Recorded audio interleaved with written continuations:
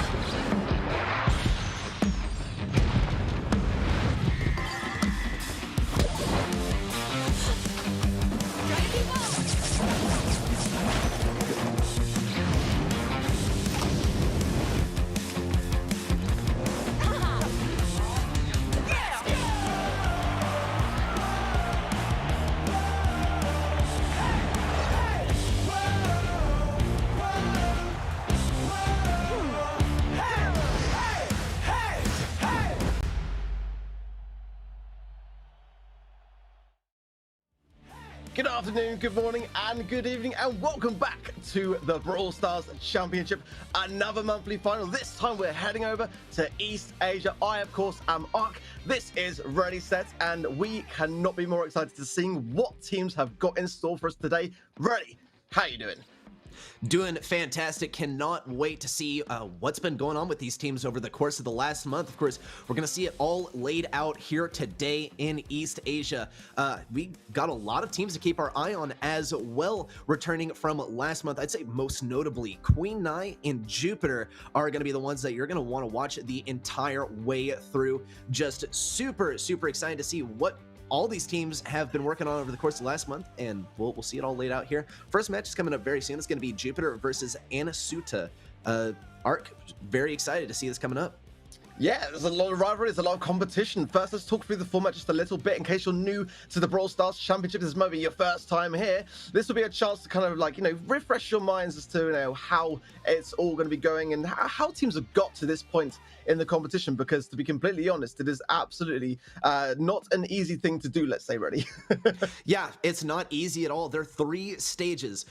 First, you have to start off in that championship challenge, get 15 wins in game to qualify for the next weekend, where you'll be facing off against all the other people who qualified with those 15 wins. And then from there, the top 8 teams get invited to play here in the monthly finals. That's how you get here. And of course, our format for today, we're going to have those top 8 teams compete in a single elimination bracket. In the quarterfinals, it's going to be a best of 3 maps. And then as we move into the semifinals and the finals, it's going to be a best of 5 format. And of course, we have the 2 brawler bands and their blind bands as well, Ark. Yeah, teams will have to, really play a strategic game and kind of like try and think ahead. It's one of those fantastic parts of Brawl Stars for me where teams have to kind of play the mind game and figure out, what brawlers they want to kind of maybe take a risk and avoid banning and hope the other team does, but also not take any risks and make sure that you kind of cover all your bases, because there is a lot of prize money at stake this year, Reddy. Yeah, and we have like over $1 million in prizing this year. It's absolutely phenomenal. And of course, you're going to want to qualify for Worlds to get the lion's share of that prizing. I think we are already, though, getting prepared for this match. We'll see the bands coming in pretty soon as well. But back to the prizing, I mean, over $1 million in prizing there. It's just going to be absolutely fantastic, and it's going to be an amazing journey to see all these teams competing over the course of the year, and of course, who is going to be heading on to the World Finals. It's a life-changing sum of money, Reddy. Absolutely life-changing. First, let's take a look at the bracket, find out what teams are going to be fighting for that prize money today, and of course, all those all-important points to qualify for that World Final stage. Reddy, talk us through the teams today. Yeah, of course, first up on the docket, we got Jupiter versus Anasuta.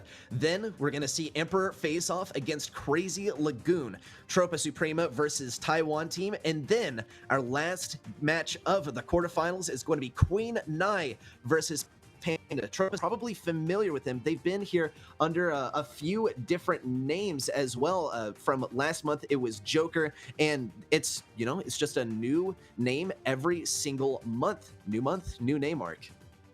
Yeah, I mean, why not, keep the rebrand alive, right? And just kind of reinvent yourselves as you feel fit. But first, yeah, absolutely. Let's get straight into our first matchup for today. It's going to be Jupiter versus Anasuta, Tensai, Saitambo, Chappie, and Rakunobu, and Yusako. So, again, Jupiter, I've got to say, going into this, arguably, maybe not so arguably the favorite. They have won every monthly final so far this year. So there's that. Anasuta, it's their first time here. They're coming as the number 8 seed. So definitely have got a lot of work to do for them today. Yeah, I mean, in our player interviews, every single team said, yeah, we're a little bit nervous to face off against Jupiter, but we are going to be seeing these guys face off against Jupiter on dry season to start things off, then on Kaboom Canyon, and then if we even make it to set number 3, it's going to be parallel plays. But first up, dry season, a new addition to our competitive map pool this month, and I actually love how this map plays out. It's just so much different from what we usually see on Bounty and Shooting Star, for instance, where that meta is pretty much completely locked in. Here on dry season, sometimes you see that Brock coming out as well. You see the rocket fuel to blow things up. It has, completely revolutionized the way we kind of think about Bounty here in Brawl Stars Competitive. so many things to consider, so many things to think about. You know, do you want to kind of break open the sides and kind of really expose a lot of the map, or do you kind of want to play it a bit safe and have some cover to get some throwers on the go? But either way, the bans are in, so these are the brawlers that we will not be seeing for this particular series. Byron and Bell. Bell, yeah, no surprises there for me. Mortis and Max. Okay, the B's and the M's. What do you make of them? Okay. So I think we see the M, right? The Mortis here. That I think is a little bit targeted at Site Tempo. Site Tempo, of course, we've been following him since last month. He turned 16 right before the monthly finals last month, and he was immediately picked up by Jupiter, and he's just a phenomenal Mortis player. We saw it last month, and you can tell that Anasuta, they're a little bit nervous to face off against this, so get it out of the question. I mean, Mortis is probably, you know, really going to be no good on Kaboom Canyon, so I think this is more of a dry season sort of prediction. Byron and Bell, Max, all also good brawlers. We are going to see, of course, Stu in the mix today, and we're already going to see it coming out from Jupiter here in Game 1 in set number 1. Well, I've got to say, kind of like the fact that Anasuta were, aware of that particular brawler and the threat it posed. So I actually kind of like the early signs, the nice last hurrah early on from Anasuta, but down goes Musaka on the right-hand side, the left-hand side as well. Maybe just trying to heal himself up. Jupiter in a very, very aggressive spot, too aggressive. Tesla goes down. That will even up the star line just a little bit here, as Nobi gets a nice amount of impact off the second last hurrah, so only one left for him. As a takedown there in the middle as well. Not too much in the stars, but definitely it seems that early on Anasuta are in the back of their spawn. Yeah, I mean, Anasuta, they've been backed up the entire time. Jupiter has just been exerting that strong arm control over them, and I think they're going to keep it up. They're just going to try and push up around these obstacles and cement themselves there. We've seen it before on dry season, and we're seeing it again. Jupiter consistently staying in the lead, but Anasuta now manages to come back. I wonder why Jupiter is playing so aggressive here. They could definitely go on the defense, but my best prediction is it's the nanny pick. They know if they let themselves just be in the lead by a 1-kill margin, then they're pretty much just asking to get hit by that peep at the end of the game for a take back from Anasuta. But Jupiter taking back themselves, they claim that blue star to break the tie, and now Anasuta is going to be forced to play aggressively once again. Yeah, all it took was Nobi to go down, but again, Jupiter are still in this super aggressive spot. Side Tampa there, he's going to go down. So I'm not really kind of sure why Jupiter going so on the aggressive here, because they obviously didn't need to. They just had to hold control and then, you know, buy the time to go on the way back. But in comes Peep again, a 10-sides victim here. This could be a really, really bad thing for Jupiter. Ooh. Still going to connect a really, really amazing sprout wall there to deflect it, and down there goes Yosako. That's a really, really good, advantageous moment for Jupiter to be able to capitalize from. But honestly, I kind of got to be a little bit concerned for how aggressive they're being so early on, because, you know, for the number 8 seed, there should be probably a bit more of a gap in terms of the star line here. Yeah, I mean, I think we saw it, we've seen it before here on dry season, where we see like the favorite team just playing really, really aggressively and letting it get a little bit closer than we were expecting. Look at Site Temple throwing it down that hedge right there to block the peep. Just an amazing move that, I mean, I would not have been able to predict there.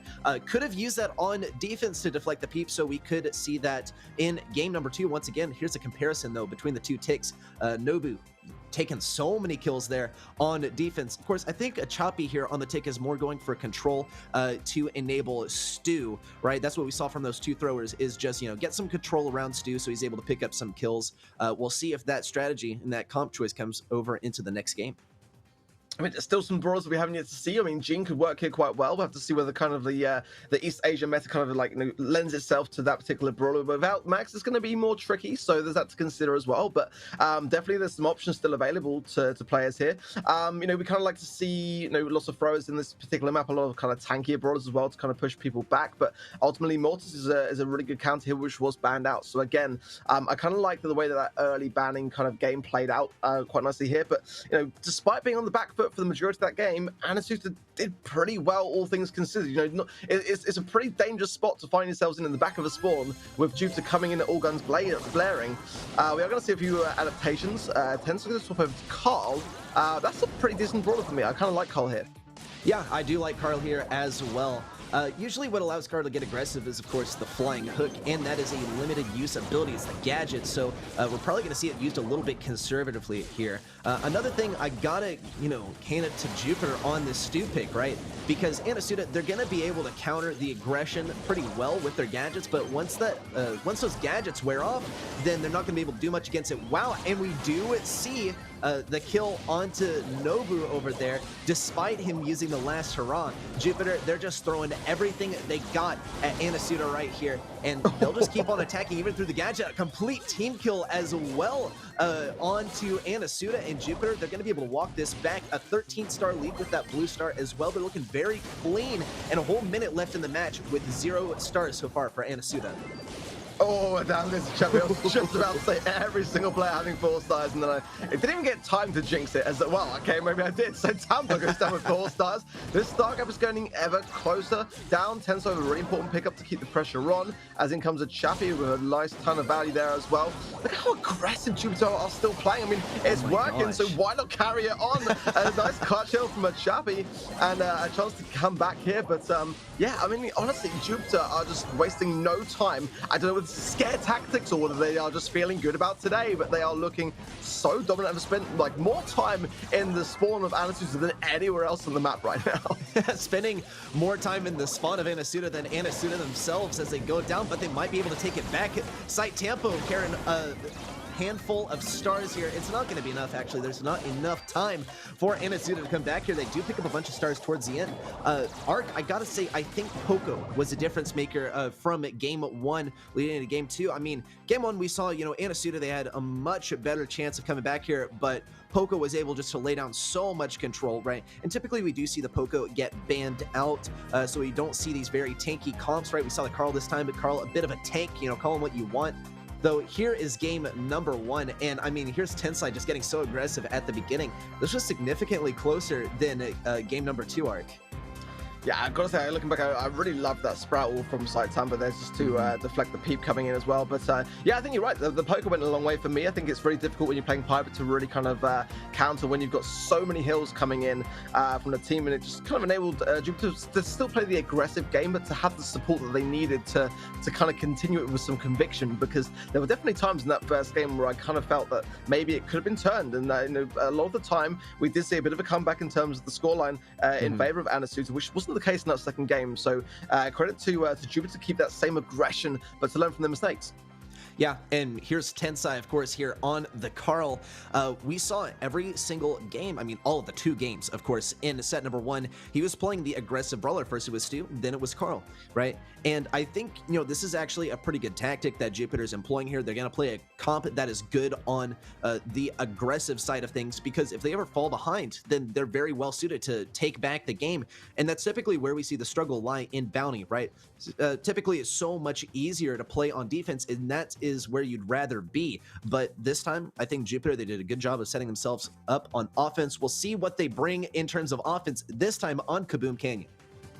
Yeah, I mean, you just talk about defense. This is a map where you have to really balance out the offense with the defense and have one on each side that's equally as strong. But I don't know, I mean, the way Jupiter are playing at the moment, I wouldn't be at all surprised if they just go straight on the offense and try to get this this safe taken down as quickly as possible. But one key problem here for me that was in the bans, which is worth pointing out, is Byron. Obviously, Byron and Colette being a very, very strong pairing. I think it's probably fair to say that we will likely see Colette regardless, but having Byron out of the mix here will make a bit of a difference to how effective that particular brawler can be in those scenarios. Yeah, and I can't believe I didn't even think of that. It's one of the most powerful combos on this map, Byron and Colette, right? It's going to be a big blow for either team coming into Kaboom Canyon. We'll see what our teams are bringing in terms of comp choices. We have seen a little bit of Brock here in, or rather not here, but I mean in my home region in NA. Sometimes we see the Crow coming out as well for the anti-heal, though obviously that's not going to be here. Though we have seen Jupiter bring out the Poco, so I wouldn't discount it now. I think we could see the Poco and Colette combination. Typically Poco's pretty good for clearing out mid and getting a little bit of control. He doesn't have great DPS on the safe, safe. So that's why he doesn't usually perform that well. Though no Poco this time. We do see, though, Site Tempo still on the stew. And the Colette as well coming out from Anasuta. They're running something a little bit more traditional, something that we would have seen a little bit more 2 or 3 months ago. It's going to be the Jean, 8-Bit, and Colette from Anasuta. Jupiter, though, something a little bit newer. They got the Ruffs, they got the Brock, and, of course, Site Tempo playing the aggressive Stu. So interesting to see Stu here because honestly, it's so often banned that you just don't get the chance to see it. I am kind of surprised. Like, I mean, you know, Crow for me is my go-to here. I know it's very much an EMEA kind of meta kind of pick, but I still feel like has a fantastic place. And if I was kind of surprised, to be honest, but you called it already. The Brock is going to be making an appearance here, and that would have been a great pairing actually to be able to hit some of those long-range shots with the help of that slowing Toxin gadget. We're not going to see any Crow though. However, we are going to see Jean, which is a bit of a weird one for me. I'm not going to lie, but I'm not going to judge it if I can see it made work, then I'll learn something new today. Yeah, I mean, I think the idea here is, yep, exactly that. Is to break open those walls and get a little bit more poke damage with Jean.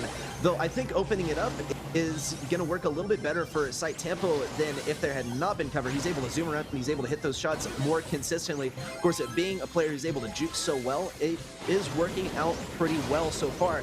Biggest blow here is actually going to be for a Choppy with all of this cover broken down, and he's going to power through the last of his sandbags to face up on lane versus Yusako. Jupiter, though, still in the lead. We got 1 minute left in this game, and Anasuta finally they're going to find this offense. Yusako pushing up here with the damage booster and already securing a little bit of damage on that safe. 17% is not really even a little bit, though. Does get taken down by a Choppy with a clean kill and taking some significant damage on their own safe from Tensai, who's powered up with that incendiary as well.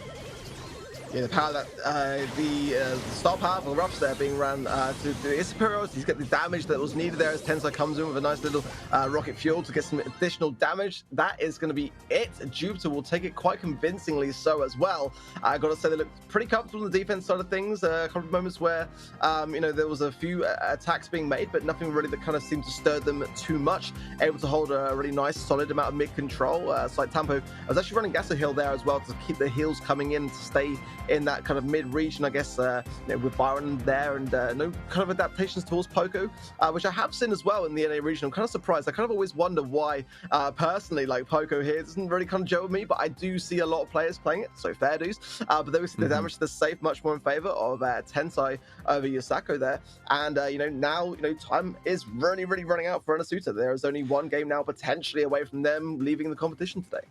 Yeah, it's been a total sweep so far by Jupiter. Anasuta, if they can just get one game, I think that would be a nice win for them, right? Because you're facing up against Jupiter, and be realistic, right? It's such a tough matchup that, you know, you've already made it to this stage of the competition. That is a massive W for you. If you could take one game away from Jupiter, then I think that is, you know, just what you need to get you back up here next month in the monthly finals here in the East Asia. We'll see what Anasuta has done this time to adapt, and they're bringing out Raku on the stew. Yusako, though, is going to stay on the 8-Bit, and we do see some of the 8-Bit play from Jupiter themselves. They are going to be establishing themselves here at mid. Site Tempo already getting a few shots on that safe, and this is going to be the strat. No longer do they need the Colonel Ruffs to power things up. They're going to have the 8-Bit booster set up here with that obstacle to keep it safe, and a Choppy's going to go for these snipes on the safe.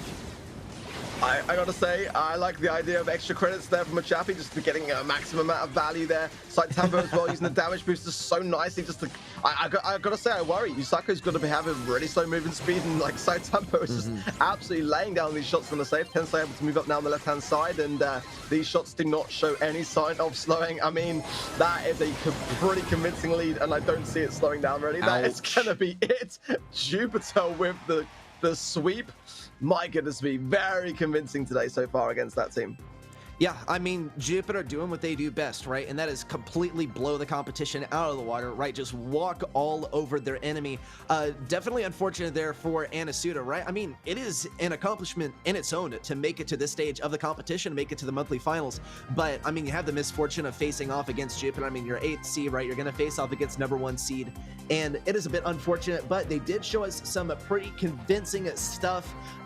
They just were faced up against Jupiter, and we didn't really get to see it shine. Though, take a look at our last set over here, I mean, Jupiter just completely wiping the floor with these guys. They used a couple different strategies, a couple different comps, though both of them involved the stew. I think it's interesting that we saw Sight Tampo switch out with Tensai for that stew.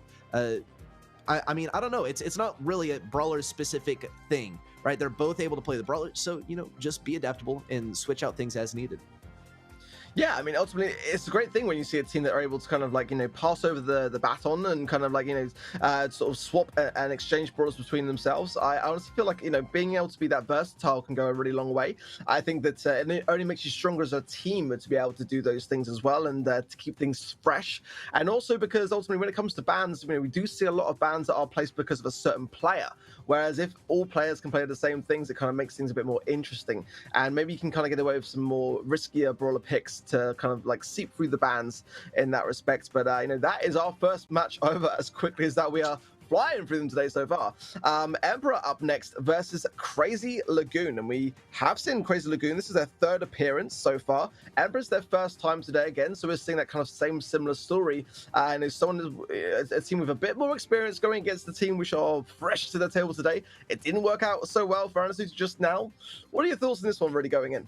I think it's going to be a pretty close match, this one, right? You got really talented players on both sides. You know, we've seen these guys bring solid performances in our last monthly finals as well. So it's going to be an even one. I think, you know, of all the quarterfinals matches, this one has the best chance of going to set number 3. We'll have to see Milkrio and Samechi and Hagego from Emperor, Wahochi and Miria, and Kuru from the side of Crazy Lagoon. You're definitely familiar with all of these players. You know, they've switched around on different rosters throughout the years, but, you know, some of our players we've seen just consistently throughout all of our competitions over the last few years. We'll have to see, though, as we get into the maps and modes of this upcoming match. It's kind of interesting then because, you know, ultimately, you know, Milgrea and Hagego had a great run last year, and might seem like this year they've maybe sort of swapped around a few teams here and there because ultimately they were not faring too well as that enabled Champuru. So we'll have to wait and see as to how they fare today. But ultimately, you know, they've got that experience. It might be their first time together as a team this time round. But ultimately, you know, if they can find the momentum, there's still plenty of time left in the competition to bring out an upset. Yeah, I think so too. And of course, you know, our players knowing each other on opposite teams is going to introduce a little bit of, you know, playing against your enemy rather than just playing for the objective. We have the bans coming in. Max and Sprout from the side of Emperor, Crazy Lagoon getting rid of B and getting rid of Stu. That is the first B ban that I've seen this entire year, I think, here in Brawl Stars Competitive. I'm interested in what exactly that's going to bring, because only on really Backyard Bowl, I think, is that really going to come into play unless we see some kind of wall break on Double Swoosh. Yeah, I would say it's probably most accustomed to Backyard Bowl. It could be one of those bans where ultimately if they do go the whole way, then it's a brother that can thrive in overtime, and that could be, you know, if it becomes a close series, something to consider here. But ultimately, not in Double Swoosh, in my opinion. Amber, for me, is a go-to lane here. We're seeing it used quite frequently so because ultimately you can burn those bushes down, and when you do so, you'll be able to, you know, see everyone lurking, and that's a real big advantage when it comes to Double Swoosh. A lot of brawlers like Tara, a lot of brawlers like even Piper can kind of push up in those like later tiles of the curve there to get a lot of sneaky shots using some you know, concealed ability to hide behind your cover, and taking it down can go a long way here. Yeah, and no doubt both of our teams are using this pro strat here. We see the Amber on the left lane. That's a lane where the bushes come most close to your side, from the enemy side. One thing I do want to point out, though, is the difference in mids here, right? Double Swoosh, it's a very bushy map. Ooh, wow, actually a great pull there by Milkrio, and Emperor's going to secure a little bit of control here. That's one of the benefits of the Gene pick. Though we do see the Mr. P mid from Crazy Lagoon, and they're not even going to switch Wahochi over to the left lane. Rather, not really the left lane, but just over to the left to face off in that mid 1v1, the Gene 1v1, of course. Now, Emperor looking to push up once again. Crazy Lagoon, though, struggling a little bit to fall back. Hagego over here on the right side looks for that 1v1 with Wahochi, and we're going to see Emperor actually equal out the score just a little bit. Yeah, 6 gems to 7, now 7 a pair. That's a really solid start. This could be a bit closer than our last series that we saw already today. Milkria holding onto the super on the right-hand side. That's always a threat, as is on the left-hand side. Somebody there with the black hole ready to go and just flashing it there, not even trying to hide it actually, because that's exactly where it can come into a strength of its own, but not if you miss it. That is going to be a bit of a miss there, but ultimately with the gems in the pocket, it's not going to be that bad unless we can see a bit of a turnaround on the gem countdown side of things. Let's see whether that missed black hole comes back to haunt Emperor in this respect. Ouch, yeah, Milkrio gonna get back here with 10 gems. Crazy Lagoon, the most it can pick up is 9 gems. 1 gem away from tying things up in bring us to an even closer game, but that's going to be game number 1 going the way of Emperor, and that one was pretty, even throughout the entire game. I think just a comp switch up is going to make the difference here. We saw the Mr. P mid, it wasn't able to get that much damage. It was able to get, some consistent damage, right? Some long range control, but not really any kills here. We do see it though, the kill from Wahochi onto Hagego as Crazy Lagoon looks for the push in. Maria though does not have very good DPS on the Mr. P. Mr. P used to be one of those brawlers that we always saw in every single game mode, every single game, but he has really fallen off lately. Yeah, it's not my go-to at all. I can understand why players might want to kind of try him out. Ultimately, it's a very good brawler to seek out and find. But, when you've got an Amber to the side lane, do you necessarily really need that? That's kind of like the Amber's role already being taken up. Personally, I think an Ems would be a better shout for me. But, each to their own. It just obviously wasn't working. So that might be something to consider going into the next game. That's the thing for me. Mr. P just kind of feels very much a last meta brawler to me. Yeah, he is kind of a last meta brawler, and sometimes we see that, right? Sort of the old meta. You look at the comp and you're like, oh man, what are we in March, right? In March, it wasn't that long ago, right? Just like a couple months ago, we were in March, maybe like a month and a half at this point. But that's the thing with Brawl Stars, is the meta changes up so quickly. Every 2 weeks, it seems like we have a new brawler or a new patch that shakes things up. Crazy Lagoon not going to change their comp though. Emperor also going to stick with the same comp. If it ain't broke, don't fix it though. Last game looked pretty close to me, so we'll see if it's just a comp thing that is making our game so close, or whether we're just missing an amazing pull or an amazing black portal coming out from Tara. Well, while she's on the right side lane playing a lane Jean, and I don't know whether they've been watching the EMEA region. We saw that actually, and I spoke to some of the players afterwards and said, "What was that about?" And they said, "We have no idea why they did that." So I don't know whether I'm a massive fan of a Jean lane here. Ultimately, I think it will struggle against the Amber. That's for sure. There's a bit of pressure coming in from the left-hand side that will break open the bush, which is actually quite a good thing. It will now expose Milkria's Jean magic hand pull, but ultimately with the takedowns happening as they are, it doesn't really seem like Emperor really losing too much control anyway, and they're going to take even more of an assertive role in the mid. Yep, Hagego has this fire fuel ready to go on the right side, does burn a few bushes away, though Wahochi is not going to be really accessible to Hagego. He's either going to go for the pull on Hagego or Milkrio, but I mean, no question, the juiciest target is going to be Milkrio. Ooh, and a missed pull from Wahochi is actually probably going to cost in this game. Mario looks to push in, but he is outnumbered and outgunned. We do see the takedown on Samechi, but Mario, he's too far away to even access these guys, and there's no chance of tying up the game either. We're going to see this one get taken into set number 2. Emperor going to be taking set number 1. I mean, they're looking just as good as their former selves at the moment. I mean, it's early days, but, it's got to be said, Crazy Lagoon have been here a couple of times now. So, to be holding their own so far against a team which have had a pretty decent run of things so far, maybe not like the strongest of teams that we've seen in East Asia, but certainly, it does take a lot to get here in the first place and to hold your own against teams. So, looking like a pretty comfortable start for me from Emperor and making good decisions, choosing good brawlers. I kind of like the way they're playing right now. Yeah, and I mean, talk about comfortable, or rather uncomfortable. It's going to be uncomfortable for Crazy Lagoon, as they're one set away from being knocked out in the quarterfinals.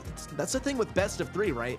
It's so stressful, but it's necessary to get through the quarterfinal stage of the tournament in the best of 8, right?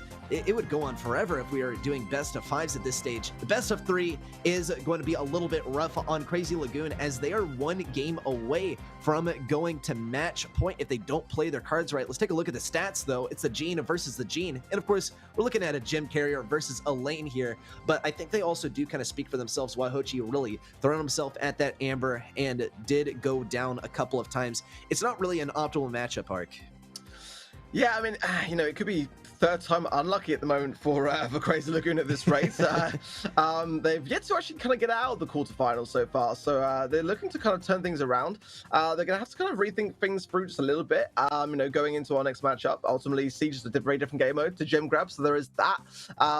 Caters to some different brawlers that they might be able to come out with a shock pick here or there to kind of get that early push ready. Ultimately, I always think that Siege can be one of those game modes where taking control of the mid early on, getting that first bolt and kind of supporting the push to actually obtain that first bolt can build your momentum, can kind of keep you in a position of power, and teams can struggle to come back from that. Yeah, and I mean, also look at the tires at mid. Well, we got a quick glimpse of them, but it's one of the most important features here on Some Assembly required, right? Some Assembly required because these things are scattered all over the place, littered with tiny little holes, tiny little gaps that you got to navigate through. Throwers are going to be strong here, as well as tanks, because they have so much cover to use to their advantage. Sometimes we see players come out with some wall breakers to get rid of those obstacles and secure a little bit of control for themselves, and also sort of disadvantage the enemy if they were really relying on those walls. I, would not be surprised at all if we see the Gene coming out again. Carl, also a strong pick here as well, and perhaps a thrower to throw in there, and you got a pretty solid comp on this map. We'll have to see what both of our teams are bringing out this time. We see the Siege more coming out from Emperor. Crazy Lagoon, though, going for pretty much what I was saying. It's the textbook pick. Barley and Gene and Carl. And Crazy Lagoon, they're not going to be getting this first Siege, though. I honestly love the Mortis pick. I do. I mean, it's daring, and we've seen that kind of that confidence coming from Emperor already so far. Tie for the first Siege. That's going to put some pressure on that Mortis pick, actually, but nice. Cycling up the super there, connecting for Milk Real, keep him in position, and just dancing around here with the support from that Barley shot as well from some cheater. Just keep holding this mid control. Look at this Frank tank Mortis thrower supported comp is actually working out really, really nicely so far, but the gems, the bolts are relatively tight. Incoming a herbal tonic there for the heals. Let's see what will happen here as the flying hook coming in on the aggressive side of things from Kuru. Gets a couple of shots for his trouble, but does end up kind of finding himself in his left-hand side lane. Bolts are in favor of Emperor so far. Yeah, Emperor actually looking pretty good. Their strat is just to pick up the bolts, and that's really about it. I mean, that's the definition of playing the objective, is only playing to pick up the bolts. A nice kill there by Milkrio, and a level 10 Siege bot coming in from Emperor. This is going to be pretty much the maximum take back here, right? 2 bolts versus 10. They either get the one push here, or they look to just defend better than Crazy Lagoon, but we already see that stun and the damage from Sumechi. This is going to be a one push. In fact, a great combination there from both Hagego and Sumchi, right? Barley to deal the damage and pack a punch on that Ike, and then Frank to stun the heck out of it. I think it's a good combo. It does rely on being able to get a bot in the first place and also push back your enemy enough to even access that Ike with Frank's super. Well played by Emperor. Crazy Lagoon, they are now completely on the back foot as they are 1 game away from being sent home from the quarterfinals. I really gotta say I love that play at the end by Milk Rio. I think that the way that he cycled that and also prevented the Gene from pulling the bot was a really smart thing to do. I mean, ultimately it looked pretty done and dusted at that point either way, but it's those little signs of observation that can go a long way against teams that kind of are able to withstand that kind of push. Ultimately though, it doesn't seem like that was the day for Crazy Lagoon, and this is gonna get quite interesting, because ultimately if Emperor can go through to the next round, then they will face off against Jupiter, and that's going to be some history there, because they're former teammates, or at least Tensai is. Yeah, exactly. Yeah, and I think that's going to be an interesting one to see coming up, right? If we see it, Crazy Lagoon, they're going to have to pull up a crazy comeback here, an absolute reverse sweep if they want any chance of heading into the semifinals. But from where we stand, right, unless they start bringing out just a whirlwind sort of change of strategy, it's going to be going to Emperor. They got to just bring out, some different comps. It looks like they're just kind of getting predicted here by Emperor, right? Emperor, they're bringing some, less usual things. Crazy Lagoon, will of course bring something a little bit less usual with the Gene lane pick on Gem Grab, which I, still don't quite agree with. Perhaps it was meant to counter something that Emperor has run historically and scrims. We'll see in our next game coming up, game number 2, and the match point in favor of Emperor. Yeah, I'd imagine there was a flying hook there to get both Kuro and Milkrio fastly into the mid. Okay, they're going to actually go down and not pick up that bolt, which we'll leave it there. So we might see a bit of a sign of a first push here from Crazy Lagoon. These 2 bolts should be banked here, which gives them the lead. That'll be 3 as well if they can stay alive for it. So yeah, we're going to see Emperor having to defend for the first time now. So a nice, good, healthy start for Crazy Lagoon. Yeah, good start for Crazy Lagoon as they have this level 2 siege bot heading in, and that's going to be practically free control for them, but not really going to make that much of a connection on the save, but just a little bit of damage here and there. But the most important factor is that Crazy Lagoon now has control over mid. Question is, will they be able to retain it? Here comes Mario with the super, one of the most controlling supers in the game. Wahochi and Kuro now closing in to get that kill on Carl, and Crazy Lagoon will in fact be keeping control of mid, and they're setting up themselves up quite well for this next siege. Kuro also going to pick up this next bolt as well. Hagego is really just looking for that next super. Emperor, they're going to be looking for the take back after this bot. Level 9 coming in from Crazy Lagoon, and they are not going to put themselves in the lead for this next siege. As far as the bolt count, in fact, it's going to be going to Emperor. It's going to give them a little bit of padding, a little bit of time for getting that take back and getting that bolt advantage for the final siege, but they're going to have to beat 44% somehow. Otherwise, Crazy Lagoon could be starting the reverse sweep. Something did really well to keep the Brawlers at bay and just to kind of allow the defense to take its toll. 5 bolts is a pretty healthy start. Milkrio on the right-hand side banking the 6th there and the 7th in the pocket. So the control coming back in. If Gegex can get a pull here on this one, and he's not even going to need to do it on the left-hand side, but there it is in the mid. Down there goes Miria, and that's a really, really good amount of control. Some good banking of bolts as well. A level 9 now for Emperor to make use of. Yeah, looking quite scary for Crazy Lagoon, but it's not impossible. They just got to get a good defense. And we see Daryl doing loads of damage to that siege bot. Here comes a little bit damage from Sumchi. Is it going to be enough? 66% to match, and that is going to be Emperor taking down Crazy Lagoon in a crazy sweep. Emperor, they're going to be heading on to the semifinals. Crazy Lagoon, they are out of here, unfortunately. That's going to be Milkrio, Sumchi, and Hagego heading on to the semifinals. Well, it was not the month for Crazy Lagoon. They've been here before, but they're also leaving at exactly the same point in the competition. But I think, they'll still be okay with that, I would say, just based upon the fact that, their opposition were made up of former world finalists. I think that's okay. It's not but ultimately, they would have liked to have done better. But I think it was very, very difficult looking at the aggressiveness that we saw from Emperor today. Oh, absolutely. Yeah, and, at least we see some form of consistency coming out from Crazy Lagoon. They've made it to the monthly finals every single time. Even though they do face some pretty tough enemies in the quarterfinals, they always bring an entertaining performance. Probably the most entertaining thing for me, it's sort of like a brain exercise, is to see, the Gene on the right lane. Why are they running it? Maybe we'll see it next month, why the Gene was run on lane. But one thing's for certain, it just was not working up against Hagego and Milkrio. A massive pull there from Milkrio. And Emperor, they closed out set number 1 in a really nice fashion. Set number 2 was a little bit different, to say the least. We see the Siege Mort coming out. Something that started in NA as a meme is now a working strategy. Combined with that, Frank, it's such a strong combo arc. Yeah, we literally recently did a piece on the MVP, and it was Bobby who kind of brought that particular brawler to light, and it's just great to see how it's kind of spread across regions, and now just kind of a staple diet sometimes in Siege, and a risky pick, but one that can be really, really rewarding. And you can see there as well the difference between Emperor, Milk Rio, and Kuru.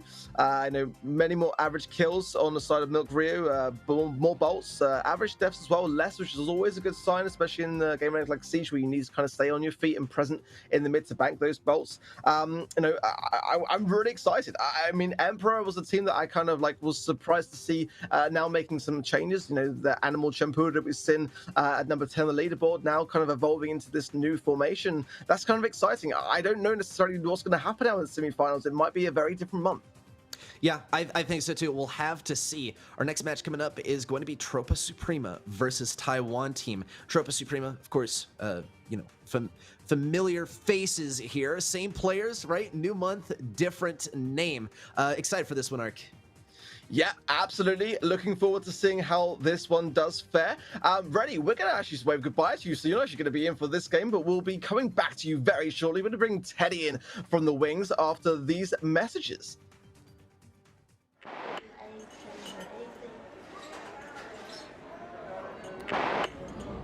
It's here, the ultimate comatose collaboration from Poco and Sandy, featuring hit tracks Tired of Losing to You, I'm tired of losing to you, Dying for a Lion, no more fiesta, por favor give me siesta, and the number 22 hit single, The Sleepy Joe.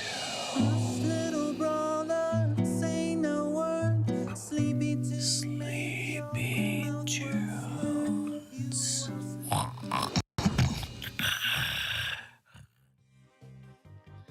Good recommendation from that fine gentleman who put forth that idea. It is about, well, I woke up at, well, I didn't wake up. It's 3 a.m. when I went to have a shower this morning. It's now 5:30 in the morning, so we're definitely feeling pretty sleepy here right now, Teddy, but we're still feeling pretty good, all things considered, right? Yeah, I mean, what a better way to start the day than some Brawl esports action. We're already at 2 quarterfinals behind us. We're moving on to quarterfinal number 3. That's going to be Tropa Suprema versus, well, I couldn't quite catch their team name. We'll see it soon enough, but we have the players here. Rio High, Mole, Aaron, PowerTech, LCC, Amaze. It's going to be quite an exciting matchup, maybe a bit more evenly matched as well than some of the previous ones that were very one-sided. I'm hoping for so. I think this could be a good one. Yeah, I mean, it's Tropa Suprema's first time again. So, I mean, having said that, Emperor, despite them having already competed in monthly finals, that's the thing. The team name was the first time they've been here, but the actual players themselves had competed before. That was their first appearance. First appearance for Tropa Suprema, third appearance for Taiwan team. They were the former Ice Barn, or no, sorry, Tropa Suprema was the former Ice Barn / former Joker team. So they've had a couple of variations along the way. This is their third team name lucky. Well, we'll see if it's gonna bring maybe a bit of a different result. Hot Potato is gonna be the map to kick things off for some heist action, factory rush in Siege, and potentially Shooting Star for Bounty if it comes down to a third set. Interesting, quite a bit of control modes ahead of us. We'll see how that plays out. I mean, Hot Potato, very notorious for just a green line of grass that splits the map apart. I think Rico is one of the brawlers that is very iconic to this map. Barley as well, just brawlers that you see very, very often played out here, a bit less often on some other maps, particularly for Rico. Any bans that you feel like are very fit for this matchup? It's about whether you want to play the kind of short game or the long game. That's the kind of thing for me. I think that personally, I wouldn't kind of ban specifically around this map, and that does, well, actually the Barley pick could be specific to Hot Potato. It's a very common pick, but ultimately one that does also do a great deal of work in Factory Rush in Siege. So I kind of like that. I'm kind of surprised. It does open the doors for Lou. We'll have to wait and see when we get to Siege, but ultimately I do think that Bella Stu is a solid, actually the max too. I like all the bans, Teddy. How do you feel about them? I like them a lot. I mean, I think that Belsu and Barley, as well as Max, they all apply very much for Hot Potato early on. So just, you know, being a bit cautious regarding that. We have Edgar coming in, and Rio just picking up 2 quick kills off the bat to open things up for his team to deal a little bit of damage. It's not a lot, but it's going to be some more control as well, and just a little bit of a panic state overall for Taiwan right now. I actually really like the Edgar pick. Edgar's a really, really solid counter to Rico, and Rico being such a prominent brawler here, I think it makes a lot of sense. Ultimately, you know, Aaron can break open a lot of this map, so I think that's the thing that they're going to be careful of, but at the same time, look at that right-hand side lane pressure that we're seeing is now all 3 members of Tropa Suprema can start to lay down some fire, and it's Taiwan team on the back foot early on. Yeah, that turret from Mole not going to last very long, but Rio jumping in once more. It's just going to be so much damage. They could even close this one out right here, right now. The turret is placed. Will get deleted by a Maze Super, but look at that. Aaron just able to close things out. That's a quick first game. Definitely very much in favor of Tropa. Yeah, I mean, they look very confident. I got to say, like, for me, that Edgar pick, you know, said so much about their awareness as to why they're choosing the brawls they are. And I mean, look at the value that was off the back of that Jesse turret as well. I think that Brock's an interesting choice for me, but one that really worked out well and can do a lot of work against the Rico pick, which requires his walls to get a ton of value. Yeah, I completely agree. We have the Brock versus Ruffs matchup here between Aaron and ICC. I mean, overall, you know, no big surprise there, especially since Taiwan didn't really deal any damage on Tropa's safe in that game. So obviously, that's going to be very much inflated in favor of Tropa. They looked really solid in this one, and honestly, if you looked at the comms, like, I agree, I really like the Edgar pick, particularly to try to counter that Rico, but in the end he wasn't even playing that lane, and I don't know how the Brock was winning so consistently without opening up the map too much against the Rico. Somehow it worked out just fine. So very surprising results on that matchup, in my opinion, and we're going to see it again this time around. Rio is going to be switching off to a Carl, and Taiwan, I don't think they switched out any brawlers. Interesting that they feel like it was, you know, an execution problem rather than a comp problem in the first place. Yeah, that's what. Yeah, that could well be it. I kind of feel like, for me, I don't know. I mean, they obviously, like you say, feel confident in going with that same idea. Well, let's see. Let's not call it too early. Let's see how they do fare. As I mean, it's definitely a slower paced game, but also with that Jesse turret now connecting a lot of shots, it's a healthy lead. It's got to be said already for Tropa Suprema. You know, 60 or, well, 53 or 50% now on the safe as the Carl goes in there with a ton of connecting fire. You know, a glimmer of hope. 25% on the Tropa Suprema safe already caused in terms of damage, which is more than last game. So maybe you're right, Teddie. Maybe they'll start to turn this one around. Yeah, well, so far it's better from Taiwan team. Is it good? Maybe not quite. Yeah, surely not good enough, as Tropa still has a pretty solid lead. Mole was an aggressive turret once again. Gonna get deleted really quickly, but it is using a lot of ammo, sometimes some supers as well. So a way to kind of diffuse the situation around that. Rio was a nice kill onto a Maze on the right-hand side. Not sure if that's going to be enough to open things up a whole lot just yet, but Rio is able to get a nice flying hook, a bit of damage as well, and he's going to just make it out alive up there, and Mole might be able to get some more damage. Never mind. This is going to be Taiwan team's chance to push up and maybe find a little bit of damage. The Rebel retreat was shut down quite early on, and I did think the SC priority is a good star power for me from Colonel Russ, but ultimately you want to get that supply drop in the hands of your teammates, and the way that you know, that player was using it so aggressively meant that no one could pick it up, and now we see on the other side Tropa Suprema coming in with a ton of fire, and that is it. We are done with Heist. I mean, it lasted longer. We gave the benefit of the doubt, the idea of playing the same comp but just better. But ultimately, still for me, Tropa Suprema looking very, very comfortable. It wasn't quite the same on the other side of the coin for Taiwan team. Yeah, it was still a very convincing win, you know. Like, sure, it was a lot better than game number 1, but I think they set a pretty, you know, fair standard to beat in that first game. it's better, you know. But if they keep improving at this space, maybe we'll see them pick up a game or two in the next set. There's still, you know, some room to improve, as Tropa did look like the much better team. But I mean, you know, it's all about improving, getting better, and if you can do that in the middle of your match, then surely, by no means, just go for it. Yeah, I mean, you know, if you can, you know, try and learn from mistakes as you go, it's not ideal, but, you know, it's better than not learning from them at all, I guess. Absolutely. I think you're absolutely right, though.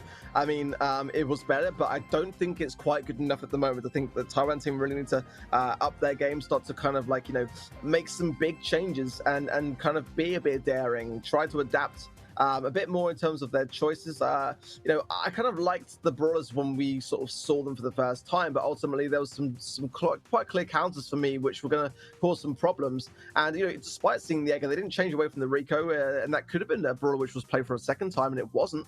And in Factory Rush now, you know, this is their time that they've really got to, you know, slow down the pace, collect, you know, a lot more bolts, get that first push. For me, I think that a key brawler to help do that could be Lu, and I've got to say, I don't really feel, based on that last matchup, like that Taiwan team, the team that are going to kind of bring that brawler to the mix first. This is my gut feeling right now. Yeah, it's definitely going to be tough, you know, especially with some of the decisions just in the comps in the first place. I don't think they had a bad comp. I just feel like when you lose 100% to 0, you probably need to go for something pretty different. Like if it was the result of the second game in game 1, where it's like a 50% difference, I would have said, sure, it could be an execution problem. When it's 100%, I don't know. I feel like they should have maybe taken a bit more of a risk, because it was just looking like if they maybe don't stand a chance. And I'm hoping that in Factory Rush we do get some riskier comps. Well, look at that, Leon coming in. Honestly, it's not going to be that bad against Mortis. Yeah, well, it was that bad. It would be a really, really good for us to have to go up against the Piper, but ultimately, yeah, like you just literally called it. LCC would take down the right-hand side there, but, you know, again, that Lu pick is going to come in so nicely on the defensive. The one thing that I must say, despite the tie now that we see this the tie siege, the one thing that is definitely going to go in the advantage of Taiwan teams is the Piper being able to break open that mid will actually deflate a lot of what Lu is able to do in the defense. So, despite not going in with the Lu, I do kind of understand why they've gone with Piper here. It's just about this Mortis pick and whether it can apply the pressure, and we see a little bit of a dive there already from Aaron, who wants to get some damage early on, and he's already got 24% without even a push. Yeah, LCC gonna get frozen at the worst moment. No cover for him. Interesting super from Power Tech. I mean, with Piper, I always like opening the map, you know, it's always a good idea. But maybe there were some ways to do that a bit more efficiently. Mole is going to be able to survive off that freeze. Great way to just bank that extra bolt. This siege ball is surely going the way of Tropa Suprema, but Taiwan, they have a pretty nice bolt count for the next one. They will have to survive off this level 12 bot first. Now, the break did actually, I wasn't sure whether Aaron did get the break in the nice cycle there, but I've got to wonder whether the Mortis can get enough hits, but I don't think it's going to matter, honestly, because Aaron's got such a nice line of fire. That is going to be it. I mean, that was kind of smart. There was some amazing body blocking, I've got to say, to make sure that the push was inbound.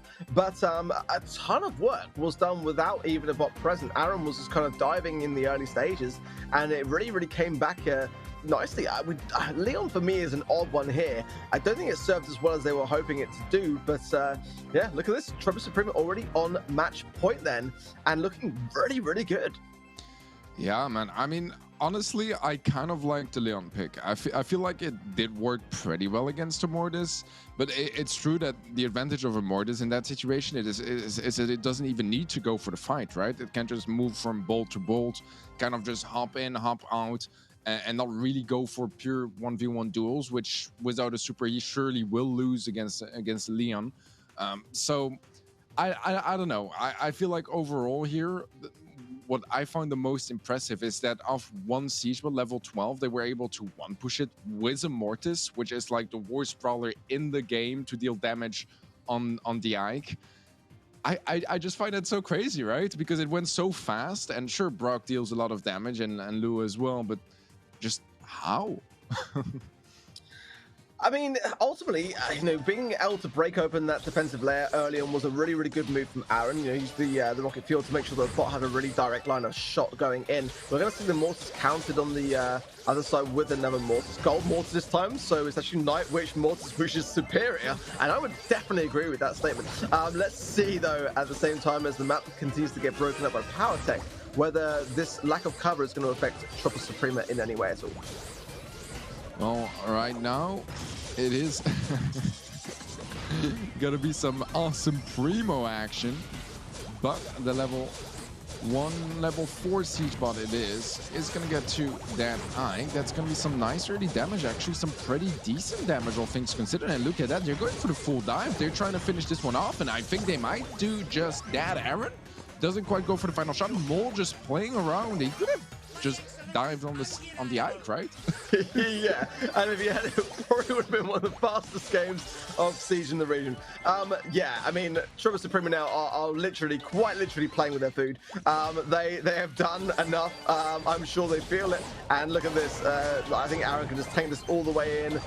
One shot. Well, actually, no, it's going to go down. I don't know whether it's going to make much difference. We shall see. I'd quite like to see Mol with another Primo Suplex into the Ike radius to get some damage on his opposition. That was a really hilarious moment for me. That is going to be a dive they were in that we didn't get to see. But wow, I mean, that was a big statement, Teddie. Yeah, honestly, I do feel like we've seen some good improvements from Taiwan team throughout this match, but it just was never quite enough to match with the raw strength here from Tropa Suprema that will take the win and move on to the semifinals. Yeah, they look to me the more experienced team. Again, certain little picks and choices that they made for me just kind of stood out quite early on, and I mean they just looked so composed, so confident. They didn't really have many moments when they were kind of like shoved into the back of a corner or on the back foot too much. They were kind of very aggressive in their approach, which I really like. I think that a lot of the times when you are aggressive, you are rewarded for doing so, and just looked very, very good to me today. Yep, I think so too. Just more on point. I think that some of the basics were just much better mastered by Tropa, and it was very clear to the Taiwan team. Honestly, I'm still very impressed with how much they improved game to game, except for the final game, I guess. That shows that there is that room for improvement and the ability to get better. And hopefully, well, next month we'll be able to see that progress. It's that final push, which is almost a one push. I think it ends in 3%. Aaron was, running not the go-to sponge star power there to get the additional damage hits off as well. He probably could have got that last hit as well, I think, but decided to kind of just play it relaxed and I guess try to let their opposition just kind of stir in the moment a little bit there. But we see the comparison between their Ryobi and ICC, and yeah, I mean it's very much swayed towards Tropa Suprema as you'd come to expect, really, but not by too much. Just 2 more bolts, a few more average kills, and the same average death. So actually, the scoreline not too radically different, but ultimately, when you're looking at the game for what it was, it didn't look like too close to me. It looked relatively one-sided, I would say. Yeah, I think the first game of Siege was the only real moment where Taiwan team had a good chance, but they couldn't get to that 3rd siege bot. So yeah, it was end of the story there. This does mean that we move on to our final quarter-final arc. That's going to be Queen Nai, one of the favorites in the region, versus Panda. Panda is quite an interesting team, aren't they, Arc? Yeah, I mean, looking for their player roster, I mean, it's going to be some similarities. Let's just leave it at that for now. But Queen Nai, I mean, yeah, I mean, this is a very, very accomplished team. A team that have been giving Jupiter a real run for their money. They are absolutely a front runner, and they are on the outside of the bracket today as well. So there's definitely the opportunity to see a potential clash later on today if both teams continue to do well. They've met in the grand final many a time now. So, but last month they did not make it to the grand final. They were knocked out by Jupiter earlier on in the competition. So definitely some rivalries there, which we'll have to wait and see today as to whether they reprise themselves. But there we see the team Panda, Panda 3, Panda 6, and Panda 14 have shown up today for Panda Teddie.